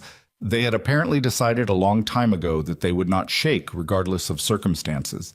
But they were moving more slowly than before, with the specific deliberateness of a man managing something very precisely. Someone above Wrench in the chapter, Mara said. She said it quietly, reading the sentence from where it hung in the cold garage air. Yes, Grave said. Who? Grave was quiet. Ronan, Mara said. Who? I don't know, he said, but Daniel thought I might trust this person, which means it's someone I considered close. He looked at the USB drive in his hand, the small object with its disproportionate gravity, the kind of gravity that specific facts accumulate when they have been compressed into a small space under significant pressure.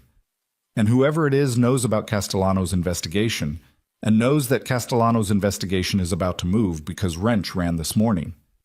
So they'll move too, Mara said. Yes. And the first thing they'll want to do, she said, and her voice was very steady now, past the fear into the cold, clear country on the other side of it, is make sure that whatever Daniel left behind doesn't reach anyone who can use it. Grave looked at her. Which means, she said, that we are standing in a garage with the only copy of 2 years of documentation, and someone in your club knows we have it, and Wrench is running to tell his employer, and Castellano is sitting in a federal building deciding what to do about this morning's conversation. She paused. And my son is standing here with us. Grave looked at Eli. Eli looked at the photograph in the neoprene case. His father, young and lit up, arm around Grave's shoulders, neither of them knowing yet what was coming. He looked at the two men he didn't recognize. Grave, he said, the other two men in this photo. Grave took it, looked at it. His jaw moved. The one on the left is Wrench, he said, before he patched in, back when he was just someone who came to our events sometimes. And the other one? Grave looked at the photograph for a long moment. Outside the garage, the wind had picked up, pushing at the thin walls, and somewhere down Ridgeway Road a vehicle slowed and Eli heard it. The specific sound of an engine reducing speed near a turnoff, the sound of something deciding whether to come closer. And then it continued on, and the sound faded, and the garage was just the flashlight, and the cold, and the smell of oil, and the terrible specific weight of a photograph. The other one, Grave said, is a man named Bishop. He's been my road captain for 6 years. He looked up from the photograph. He was the one who cast the deciding vote when Wrench came up for membership. The flashlight beam held steady in the cold. Somewhere down Ridgeway Road, the engine sound had stopped entirely, which was worse than if it had continued, because a vehicle that stops near a turnoff in a snowstorm at mid-morning without having arrived at anything is not lost and is not admiring the scenery. And Grave heard it too because his head came up and his eyes went to the garage door, and the look on his face was the look that Eli had learned in the last 18 hours to read as the specific expression of a man who has just heard the sound of something he was afraid was coming, arriving. He put the neoprene case inside his jacket. He put the photograph in his pocket. We need to move, he said, and the 3 words had a different quality than anything he had said before. Not the low-controlled tone of a man managing a situation, but the compact, stripped-down tone of a man for whom a situation has changed category entirely, from something to be managed into something to be survived. And the difference between those two things was the difference between the Ronan Maddox who had sat at a diner booth and spoken carefully about Daniel Mercer, and the Ronan Maddox who had 2 tours in his body and 17 years of reading threats in the language of engines and stopped cars, and the specific silence that falls right before something breaks open. And the trailer was not safe, and the garage was not safe, and the key that Eli had worn for 2 years had led here, to this cold structure with its smell of oil and its terrible photograph, and its USB drive full of 2 dead years of truth. And there was nowhere to go that was simply safe anymore, because safety had left this situation at approximately the moment a federal prosecutor stood in a trailer kitchen and offered a sick mother a deal that was not a deal, but a trap. And the man who had sprung it was either Bishop or the people above Bishop, and they had just heard their vehicle stop on Ridgeway Road. Where? Mara said. Grave looked at her and then at Eli, and the look had in it everything that the last 18 hours had built. The key, the blizzard, the diner, the heat, the cash, the photograph, the letter, the 2 years of searching, and beneath all of it the specific guilt of a man who had told his brother to leave and watched him disappear and had been living in the wreckage of that choice ever since. The clubhouse, he said. It's the only place I can guarantee the walls. You just told me there's someone inside your club who... "I know who it is now," Graves said. And the way he said it, quiet, certain, the quietness of someone who has just closed a 2-year question and is already moving toward what comes next, was more frightening than anything Castellano had said, because Castellano had been performing threat, and this was simply true. Outside, a car door opened and did not close, and the snow swallowed the sound of whatever came next, and the garage held its breath, and Eli Mercer stood in the cold between his mother and the only man who had come looking for them and understood, with the complete and shattering clarity of a 10-year-old who had just grown considerably older, that the thing his father had built into a motorcycle and sealed away and died to protect was now in the jacket pocket of a man who was about to have to protect it the same way, and that the question was no longer whether any of this was survivable, but only how, and by whom, and at what. They went out the back of the garage. Grave went first, moving through the side door and the rear wall with a speed that did not match his size. Not running, but controlled, and fast. The movement of a body that had been trained to transition from stillness to motion without the intermediate stage of hesitation. He held the door for Mara and Eli and pulled it shut behind them, and they were in the narrow corridor between the garage and the back fence, 6 feet of dead winter grass and frozen mud, the wind coming straight at them from the north. Eli looked back. Through the gap between the garage and the trailer, he could see the front lot. A dark pickup truck had stopped at the mouth of the gravel track, not pulled in, stopped at the edge, engine running, exhaust rising in the cold air. One figure behind the wheel, possibly another in the passenger seat. The truck sat there with the particular stillness of a vehicle that is not going anywhere until it sees what it came to see. "Don't look," Graves said quietly. "There are 2 of them." "I know, move." The back fence was chain link, 4 feet high, and Grave went over it in one motion and turned and put his hands up, and Mara went next, and then Eli, and they were in the adjacent property. An empty lot, some kind of equipment storage abandoned since fall, a rusted flatbed trailer, and 2 concrete drainage cylinders half buried in snow. They moved through it in a low crouch, Grave leading, his hand back to keep them close. His phone vibrated. He looked at it without stopping. He typed something one-handed and pocketed it. "Where are we going?" Eli said. 3 blocks east. Riggs is coming." "Riggs?" He was already on his way back to check the window seal. A pause. "Lucky timing." Eli did not think it was luck. He thought Grave had been expecting something to happen this morning and had quietly arranged a second presence in the area, and the specific preparation of that, the thinking ahead of a man who operated in spaces where thinking ahead was the difference between surviving and not, settled something in him that had been unsteady since the truck appeared at the mouth of the gravel track. They moved through 2 more lots, Grave navigating from memory or instinct or both, keeping structures between them and the road. The cold was severe, not the walking cold of last night's blizzard, but the static cold of a clear morning after, the kind that gets into unprotected skin in minutes and into joints not long after. Mara had come out of the trailer in the flannel and the thermal shirt, and she was not complaining about it, which was its own kind of statement. Riggs was idling in a white pickup at the corner of Ridgeway and Callum with the heater running and 2 more coffees in the console. He did not ask questions. He had the specific quality of a man who had been in situations requiring quick departure before and understood that questions came later. He pulled out before Graves' door was fully closed. "Bishop?" Graves said. Riggs's hands tightened on the wheel once. Just once. "You're sure?" Riggs said. Daniel was. A silence that lasted 1 block.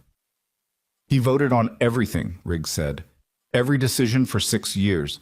Everything we moved, everywhere we went, everyone who came in." "I know. Wrench's membership vote?" "I know." "The Helena Recovery House contact." Grave went very still. "Say that again." "The contact at the recovery house in Helena. The one you used for Castellano's daughter. Bishop sourced that contact." Riggs said it carefully, the way you say something that you know has weight and want to land without spilling. "I always thought it was strange that she ended up—" "I thought it was strange." Grave looked out the windshield at the passing road, the snow-edged asphalt, the white fields beyond the town limit. His face was the face he always wore, but his hands on his thighs were doing the thing they had done at the kitchen table, the excessive stillness of something very fast running inside. "He set it up," Graves said. Not a question. "I don't know." "If he sourced the contact, and the contact let her die instead of getting her into the house—" "I don't know, Ronan." "Then Castellano's been chasing the wrong man for 2 years," Graves said. "And whoever made sure he chased the wrong man was standing next to me in church every week for 6 years. The truck was quiet except for the engine and the heater and the sound of Mara in the back seat, breathing with the controlled steadiness of a woman processing information at a speed her body was struggling to match. Eli sat beside her and watched Graves' profile and thought about Elena Castellano and the recovery house and the deliberate machinery of a man who sourced a contact and stood back and let things go wrong. And the thought had the cold, specific quality of genuine evil, not passion, not rage, but the calculated removal of a safety net, a thing done with patience and planning by someone who wanted a specific outcome and was willing to use a dying girl to achieve it. "He wanted Castellano angry," Eli said. Both men in the front looked at him. "If Castellano spent 2 years chasing the iron revenants," Eli said, "he wasn't looking at whoever was actually running the product. And he had authority. He could investigate. He could make things difficult. If he was pointed at you instead of at the real operation, then we spent 2 years dealing with federal pressure," Graves said, "instead of finding out what was actually happening inside our own house." "And my dad found out," Eli said, "and documented it." "And had to disappear," Graves said. He said it quietly. The specific quiet of a sentence that means something larger than it contains. Had to disappear. Not chose to disappear. Not was afraid and ran. Had to. The passive construction of a man being careful with a word that might otherwise mean something definitive about whether Daniel Mercer was alive or not. And Eli was 10 and not unaware of the difference and the specific mercy being offered in the imprecision. He looked out the window. He pressed his hand flat against his sternum, where the key usually was, and felt only his jacket, and the absence of the metal shape was its own kind of sensation.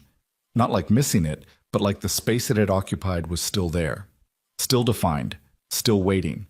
The clubhouse was a converted warehouse on the north edge of town, industrial neighborhood. No residential structures within 2 blocks. The iron revenants had held it for 11 years. The outside was deliberately unremarkable. Corrugated metal siding, a single rolling door, security lights, no signage except a small plate beside the personnel door that said "Private" in plain letters. The parking area held 8 bikes and 3 vehicles. Normally there would be more, but it was a Tuesday morning in January. Rigs pulled around back. Grave was out of the truck before it fully stopped. He went to the personnel door and it opened from the inside before he touched it. Someone had been watching the approach. And the man who opened it was the white-bearded, Purple Heart man from the diner, whose name Eli had learned on the drive was Hendricks, who had been with Grave for 9 years and had the specific quality of absolute reliability that some men develop after they have already lost everything once and are therefore no longer afraid of losing anything. "Bishop?" Graves said. "Inside," Hendricks said. "He was here when the call came through. He hasn't left."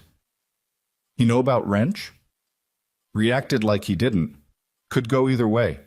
Graves stepped inside. Mara and Eli followed. The interior of the clubhouse was exactly the opposite of what Eli might have imagined from outside.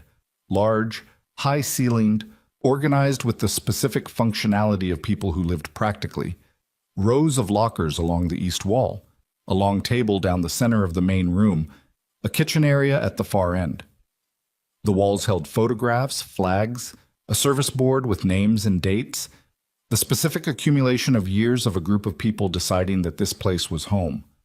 It smelled of coffee and machine oil and the same leather and cold smell from the diner, but warmer here, layered with wood smoke from a stove in the corner.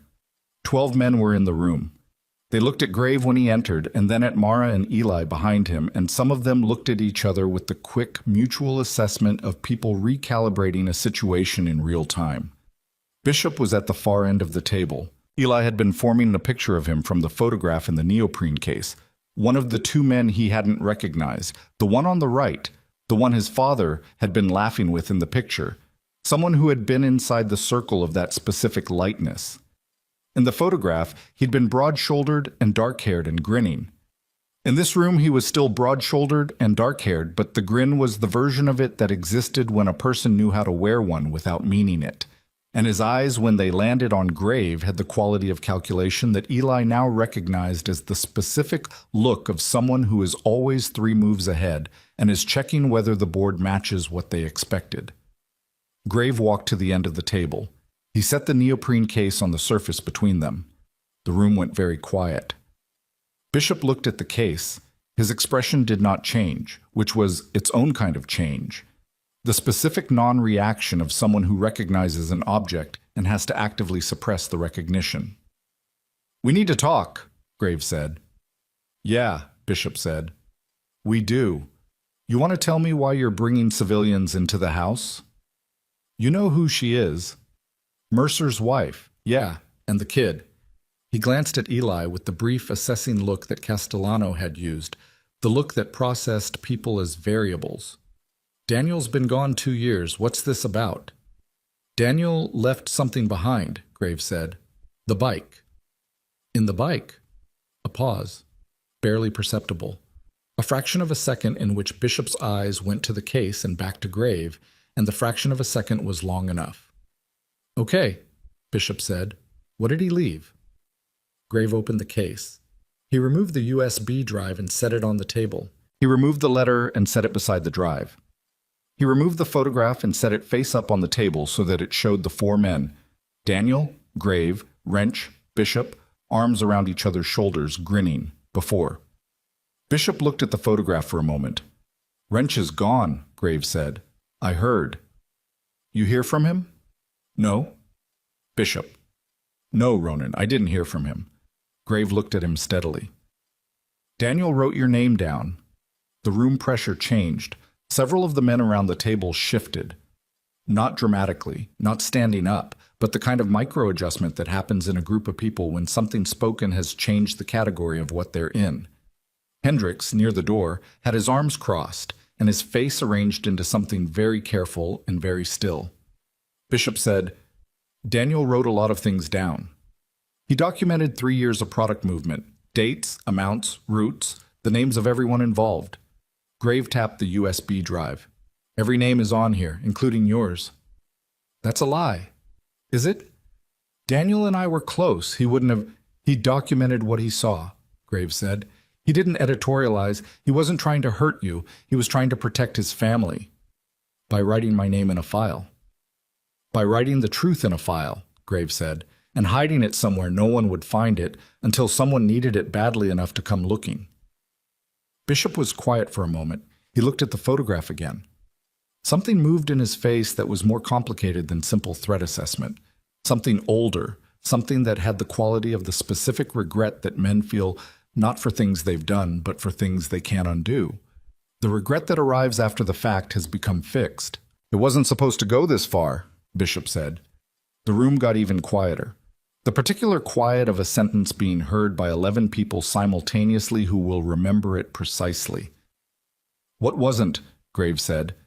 "The supply chain. It was supplemental. It was, you know what the club brings in, Ronan. You know what the legal revenue looks like. It wasn't enough." He said it without defense in his voice, which was somehow worse than if he'd been defensive. He said it like a fact he'd made peace with, a problem he'd identified and solved, a solution that happened to involve ruining things. "I made a business decision. It was contained. Nobody in the club was exposed. Elena Castellano was exposed," Graves said. A silence. "That was Wrench," Bishop said.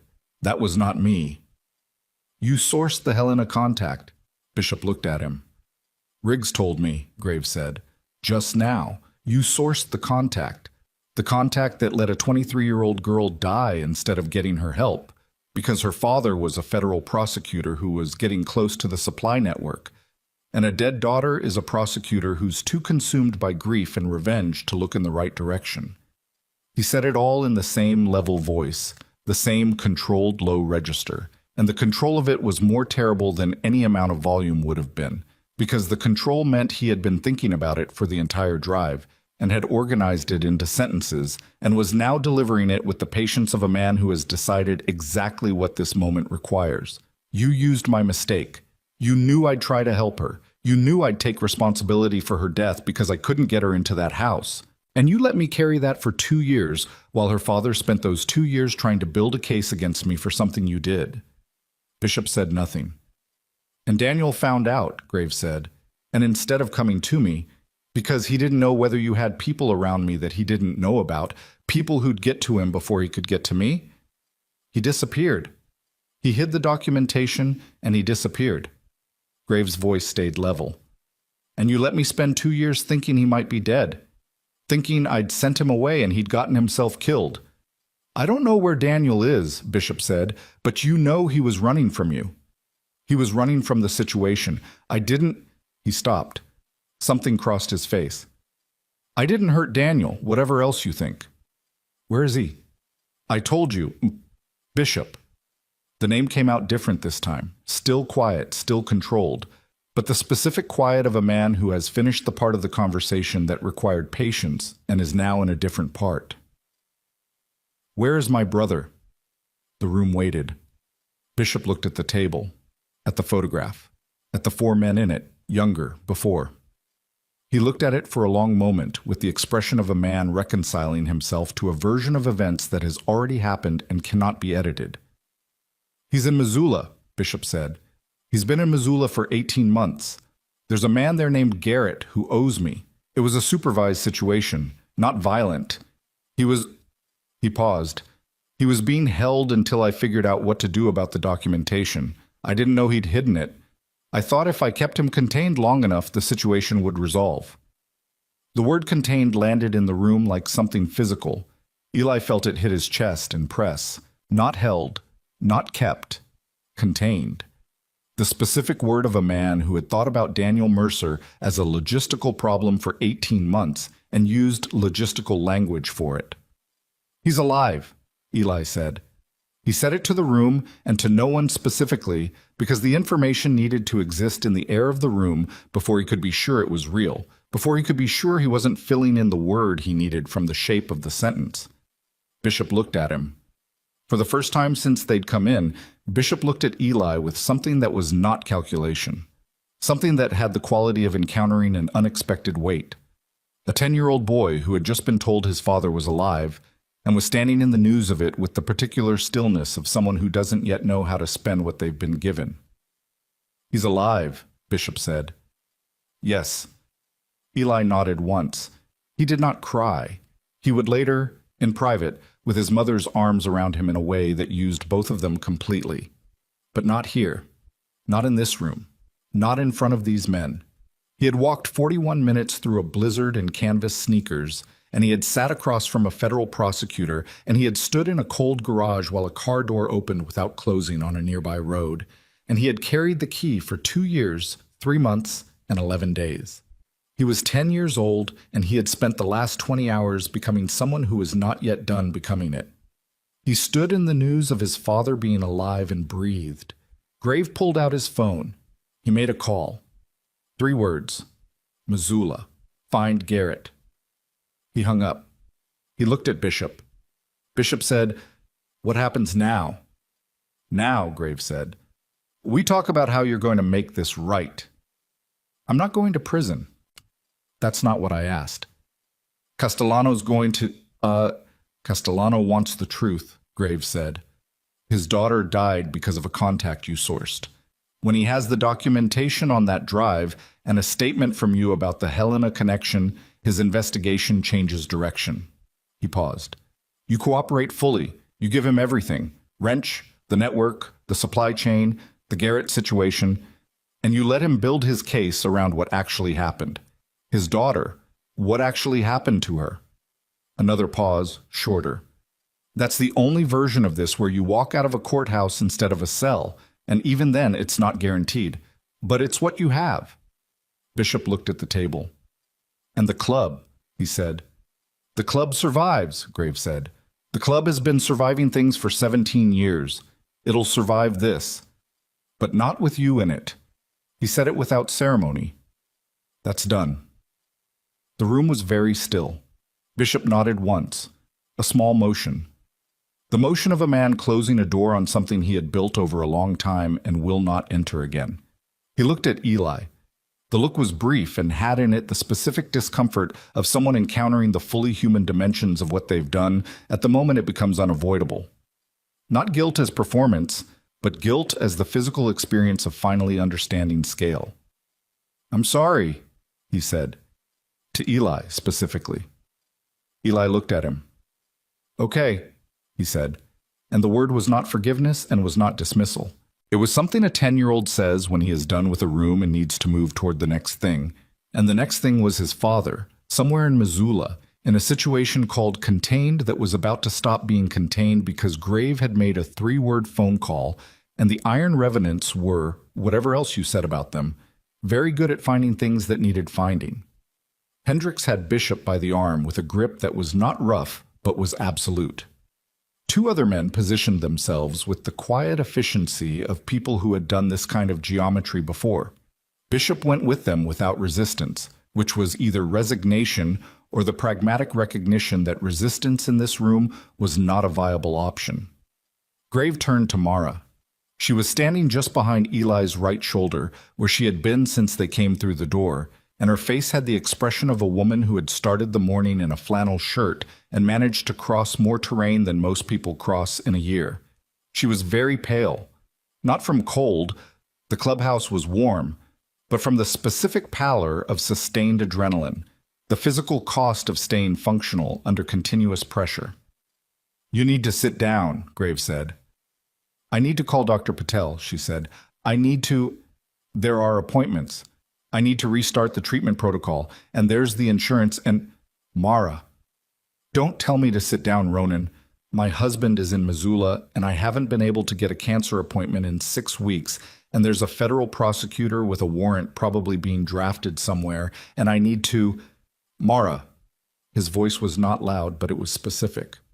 "One thing at a time. Eli's safe, Daniel's alive. Castellano's investigation is about to find a different center of gravity. That's 3 things that weren't true 2 hours ago." A pause. "Sit down." She sat down. She put her hands on the table and looked at them and took a breath that was the specific breath of someone letting something large out that has been held under pressure. Eli sat beside her. Graves sat across from them both. He set the neoprene case on the table between them, and he looked at it for a moment, and then he looked at Eli with the expression that was not quite the face he always wore. Something else showing through the usual construction, something that had been there in the diner and in the trailer and in the garage. The thing beneath the controlled surface that was specifically and recognizably grief paired with relief. 2 things that are not comfortable together, but that sometimes coexist in the specific way of people who have been carrying a loss for a long time and have just been told it is not what they thought. His phone rang. He looked at the screen. He looked at Mara and Eli. "It's Missoula," he said. He answered it. He listened for 40 seconds without speaking. His face through the 40 seconds was the face he always wore, but with the mechanism inside running at a speed that was visible in the set of his jaw and the angle of his eyes and the way he breathed through the listening. He said, "Is he hurt?" He listened. He said, "Don't move him until I get there." He hung up. He looked at Eli. The look lasted a moment. "He's okay," he said. "He's not in good shape, but he's okay." The air went out of Eli's lungs in a way that was not crying and not sound and had no name that he knew of, except the physical event of 2 years of a particular kind of fear completing itself. The specific exhale of a thing that has been held for so long it has become load-bearing, and releasing it does not feel like relief immediately because the structure that was built around it has to come down first. He pressed his hands flat on the table. He breathed. His mother's hand came over his. She did not say anything, neither did he. They sat with their hands together on the table in the warm clubhouse, while outside the Montana morning went about its cold, indifferent business, and the Iron Revenants moved around them with the purposeful quiet of people who understood that some moments require space more than they require activity. Graves stood up. He began making calls. The calls were short and specific and traveled in sequence. Legal contacts, Missoula, someone whose name Eli didn't catch who apparently had a relationship with Castellano's office from a previous matter, a doctor. Each call landed a piece of something into place, the quiet machinery of a man who had been waiting 2 years to make these specific calls and had them organized in a sequence he'd probably rehearsed without knowing he was rehearsing it, the way you prepare for things you desperately hope you won't need. 20 minutes later, Hendricks reappeared at the far door and said, "Wrench is in Bozeman. He stopped at a motel off I-90. Local contacts have eyes on him." "Don't approach," Graves said. "Call Castellano's office. Anonymous tip, specific location. Let him do it legally." Hendricks nodded and was gone. Riggs came out of the kitchen with food. Not elaborate, not ceremonial, just sandwiches and coffee and a glass of water. The food of people who understand that bodies under stress need fuel and that offering it is one of the few concrete gestures available when the large things are out of your hands. He set them on the table without comment and went back to whatever he'd been doing. Eli ate half a sandwich without tasting it. He was thinking about Missoula. He was thinking about 18 months. About what it meant to be contained for 18 months by a man named Garrett who owed Bishop a favor.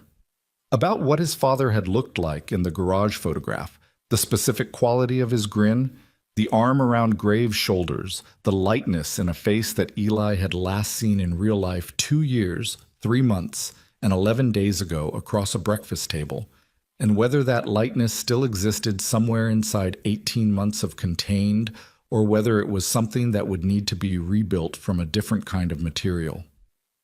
He thought about the key, about his father putting it on the table after it was clear he wasn't coming back, and the specific intention of that, the deliberate choice to leave something behind that could be followed, a thread through the dark, a mechanism for exactly this, for a son old enough to walk through a blizzard and a man guilty enough to receive him. He thought, he planned for me to find it. He thought I'd be old enough someday. He thought, someday. The word his mother used for things she believed would never happen, and here was the evidence that his father had used it for something he believed eventually would. Graves came back to the table. He sat. He picked up a coffee and held it the same way Eli had held the hot chocolate the night before. Both hands, the specific grip of someone who needs something solid while things settle. "We leave for Missoula in an hour," he said. "I need to talk to Castellano before we go." "He's going to want the drive," Mara said. "He's going to get it. But I need to talk to him first. I need him to understand about Elena before he gets the file, because the file is going to tell him things that are going to be hard to receive, and I want them to come from a human voice before they come from a document." Mara looked at him. "He's going to be angry." "Yes." "He's going to feel like he wasted 2 years on the wrong target." "He did waste 2 years on the wrong target, and he's going to have to live with that. And I'm going to have to sit across from him and tell him what his daughter's last months actually looked like, and what I tried to do, and why it wasn't enough. And that's going to be—" He stopped. "That's going to be a hard conversation. But you're going to have it." "Yes." "Why?" she said. "Not why are you having it? Why are you choosing this? Why, when you could hand over the drive and let the documentation speak for itself and never have to sit across from Richard Castellano and deliver the account of a young woman's death from the perspective of the man who tried and failed to prevent it?" Graves looked at his coffee. "Because he deserves the truth from someone who was there," he said, "not from a file. He's been carrying the wrong version for 2 years. He deserves the right version, even if it's harder." A pause. "Especially if it's harder." Mara was quiet for a moment. "Daniel used to say something like that," she said. "He used to say that the truth was something you owed people even when it cost you to pay it." Graves looked at her. "Yeah," he said. "That sounds like him." The silence that followed was different from the silences before. Not tense, not loaded with the pressure of things unsaid or dangers unresolved. Just the particular quiet of people who have come through a significant amount of territory together in a very short time and are resting in the knowledge that the worst of the terrain, for now, is behind them. Eli looked at the neoprene case on the table. He thought about the USB drive and the letter and the photograph, and the 2 years his father had spent making sure these things could reach the right hands. And the question that had been forming since Graves said 18 months was assembling itself into a shape he could ask. "When we get to Missoula," he said, "what do I say to him?" Grave looked at him. The nickel-gray eyes, the face that had been through its iterations, the jaw that had carried the specific set of a man with weight in it for 2 years. "Whatever you need to," Graves said. "There's no script for it. You show up, you say what you have." A pause. "That's all anybody can do." Eli nodded.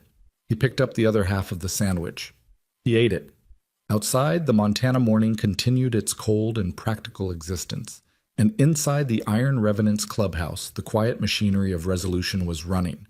Hendricks coordinating, Riggs managing, 2 men Eli didn't know by name cross-referencing documents on laptops with the focused efficiency of people who understood that truth required infrastructure, required the patient work of building a record that could not be argued with.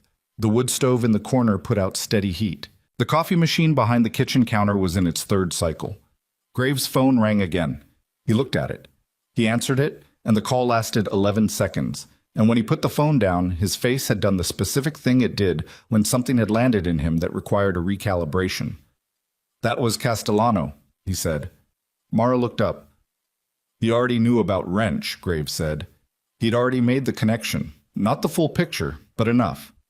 His office has been building a parallel track on the supply network for the last 3 months. He'd been moving toward Bishop without knowing he was moving toward Bishop." He paused. "He said the report he sent Stills here this morning, the welfare check, was filed at the request of someone he was using as a source inside the county, someone he's been developing for 6 months. "Bishop," Mara said. "Bishop. The layering of it. Bishop using Castellano, Castellano using Bishop, neither of them aware that the other was doing it simultaneously, the specific dark comedy of 2 men running toward different versions of the same truth and being manipulated by the same person from 2 different directions. Landed in the room with a weight that had something almost like dark humor in it, except that the subject matter made humor impossible. "He wants to meet," Graves said. "Here?" Mara said. "Neutral location. He suggested Hattie's." The diner, where Eli had walked in through the heavy door and stood dripping snowmelt on the tile and said, "Mercer," and started all of this. "All right," Mara said. "You don't have to come." "Yes, I do." She looked at him steadily. "He offered me a deal this morning to betray your club. I almost took it. I need to be in the room when we do this correctly." Grave looked at her for a moment with the same quality of look he had given Eli after the sandwich. The look of someone revising an assessment upward. "Okay," he said. He stood. He looked around the room at his men, the 12 who had been here when they arrived, now 18 with the additions who had come in over the last hour, the full functioning presence of the Iron Revenants in their house, large men with coffee and practical expressions, and the specific bearing of people who had been through things that made them unafraid of difficult situations. He did not make a speech. He did not rally them. He looked around the room, and the room looked back at him, and the communication that passed was not verbal and did not need to be. He picked up the neoprene case. He handed it to Eli. Eli looked at him. "Carry it," Graves said. "It's your father's. It should be in your hands until we give it to the right person." Eli took the case. He held it the way Grave had described holding the truth. Both hands, specific grip, the deliberate weight of something that had been hidden for 2 years and was now in the light where it could do what it was built to do. He looked at his mother. She nodded.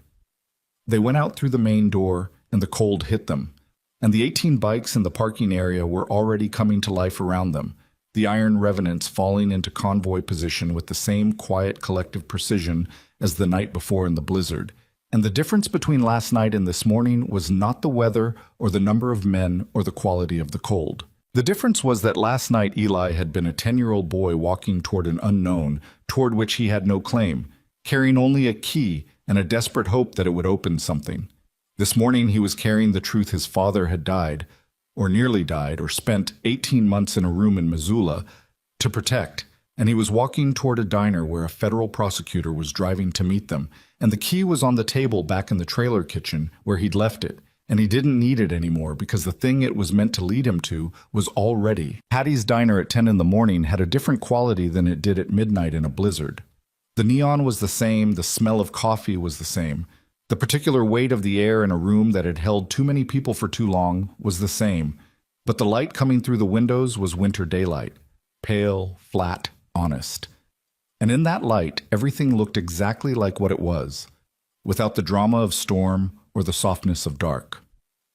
Richard Castellano was already there when they arrived. He was sitting in the same booth where Grave had sat the night before, and he was not wearing his prosecutor's expression. He was wearing the face underneath it, and the face underneath it was a man in his 50s who had spent 2 years feeding his grief into a machine he thought was pointed at the right target and had just discovered the machine was aimed wrong, and the discovery had not made the grief smaller. It had made it more complicated, which is sometimes worse. He looked at the neoprene case in Eli's hands when they came through the door. He looked at Grave. He looked at Mara. He did not say anything. Grave sat across from him. Mara sat beside Grave. Eli sat at the end, the case on the table in front of him, and Hattie appeared from somewhere and put coffee down without being asked, the same wordless competence as the night before, and then removed herself from the conversation's radius with the discretion of a woman who understood that some rooms require walls and some require windows. Grave talked for a long time, not like in the trailer, not careful and structured and managed. He talked the way people talk when they are finally saying the thing they have been carrying, which is not always organized and not always linear, but is always true in the specific way that carried things are true, worn smooth by the handling. He talked about Elena, about the 8 months, about the phone calls to the recovery house, and the sessions that went well, and the ones that didn't, and the specific Tuesday in October when she stopped returning his messages, and he told himself she was just stepping back because sometimes that was part of it. And then 3 weeks later got the call from Great Falls. Castellano listened. He did not interrupt. He did not argue. He sat with his hands around a coffee mug and his face arranged into something that was trying very hard to stay functional and was not entirely succeeding.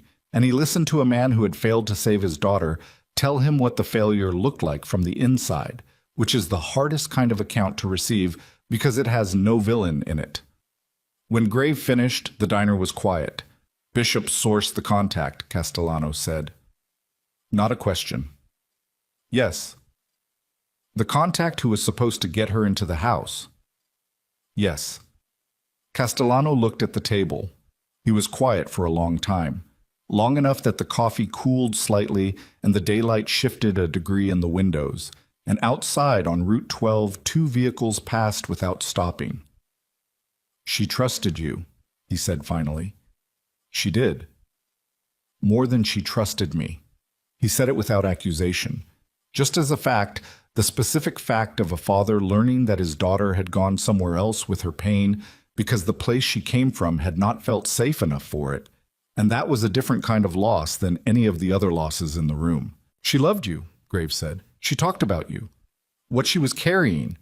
It wasn't about you, it was her own. He paused. I should have gotten her in sooner. I should have pushed harder. I know that. You can't push someone into recovery.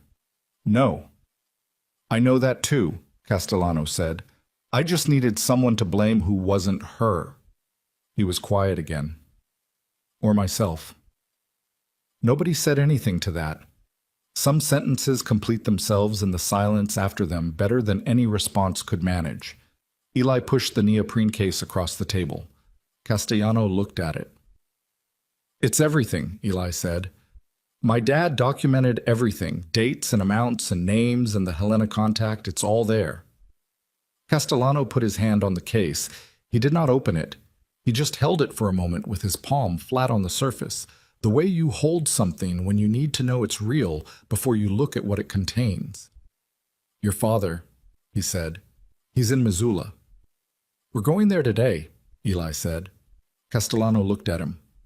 At the specific quality of a 10-year-old boy who has been through something that does not have a clean name, the kind of thing that leaves a mark that is not damage exactly, but is alteration. The permanent, irreversible alteration of someone who has learned something about the world that cannot be unlearned. He looked at it with the recognition of a man who had watched his own daughter carry that quality and had not always known what to do with it. "He's going to be okay," Castellano said. It was not a guarantee. It was the thing that adults say to children when they are also saying it to themselves. "I know," Eli said. They drove to Missoula that afternoon. Grave and Riggs and Hendricks and Mara and Eli, 2 vehicles, the convoy smaller than the night before because this was not the kind of errand that required weight of numbers. This was a different kind of thing. This was the errand that had been waiting inside all the others. The room where they found Daniel Mercer was small and plain, and smelled of disinfectant and the specific stale air of a space that has been closed too long. He was thinner. He had a beard that was several months past deliberate. He was sitting on the edge of a cot when the door opened, and when Graves stepped through first, he looked up with the expression of a man who has been preparing himself for a long time for something and finds, when it arrives, that preparation was not the same thing as readiness. He said Graves' name. Just the name. Nothing attached to it. Grave crossed the room in 4 steps and put his arms around him and held on, and Daniel Mercer's hands came up after a moment and gripped the back of Graves' jacket with the grip of someone who has not had anything solid to hold on to in 18 months, and neither of them said anything for a long time, and the room held them in its plain, disinfectant-smelling air without comment. Then Mara came through the door. Daniel looked at her over Graves' shoulder, and his face went through several things in rapid sequence that had no individual names, only the collective name of a man encountering the full human cost of a decision he made in a moment of crisis and has been living with the mathematics of ever since. His eyes went bright in the way of things that are under significant pressure. "Mara," he said. "You look terrible," she said. Her voice was steady. Her eyes were not. "Yeah. We'll talk later." "Yeah." She crossed the room and put her hand on his face, and he closed his eyes, and she held it there. And the gesture was not romantic exactly, but was more than that. The specific gesture of a person who has been testing an absence with their hands for 2 years and has just found the solid fact of presence and needs a moment to believe in it. Eli stood in the doorway. His father opened his eyes and saw him. The room went very quiet in the way of things that do not require witness. Eli walked across it. He didn't run. He walked because he was not the same person who had run down the hallway toward his father's truck 2 years, 3 months, and 11 days ago. And he understood without being told that the person he was now required a different approach to this moment. Slower, more deliberate. The approach of someone arriving at something, rather than chasing it. He walked across the room, and his father's arms came up, and he stepped into them, and the arms closed around him, and he pressed his face against his father's shoulder and smelled 18 months of absence, and below it the specific smell that was just his father, unchanged, the smell that the body remembers before the mind catches up. He did not say anything. Neither did his father. Some things that have been held for 2 years, 3 months, and 11 days do not need words when they are finally put down. They needed the drive back to be long, and they needed it to be quiet, and it was both. Eli sat in the back seat between his mother and his father and watched Montana move past the windows. The flat white fields, the dark tree lines, the particular iron gray of the January sky. And his father's hand was on his shoulder, and his mother's was on his knee, and the heat was running and the road was clear, and outside the temperature was still below 0, but it did not feel that way from inside. Grave drove. He did not play music. He did not make calls. He drove the way men drive when they are content to be doing the one thing that they are doing, no more, and the miles moved under them steadily. Somewhere north of Drummond, Daniel said to Grave, "I should have come to you." Grave was quiet for a moment. "Yes," he said, "you should have." "I didn't know who else Bishop had." "I know. I thought, Daniel." Grave's voice in the car, quiet and level. "We're past the part where you explain. We're in the next part now." Daniel was quiet. "Okay," he said. "Okay," Grave said. They drove.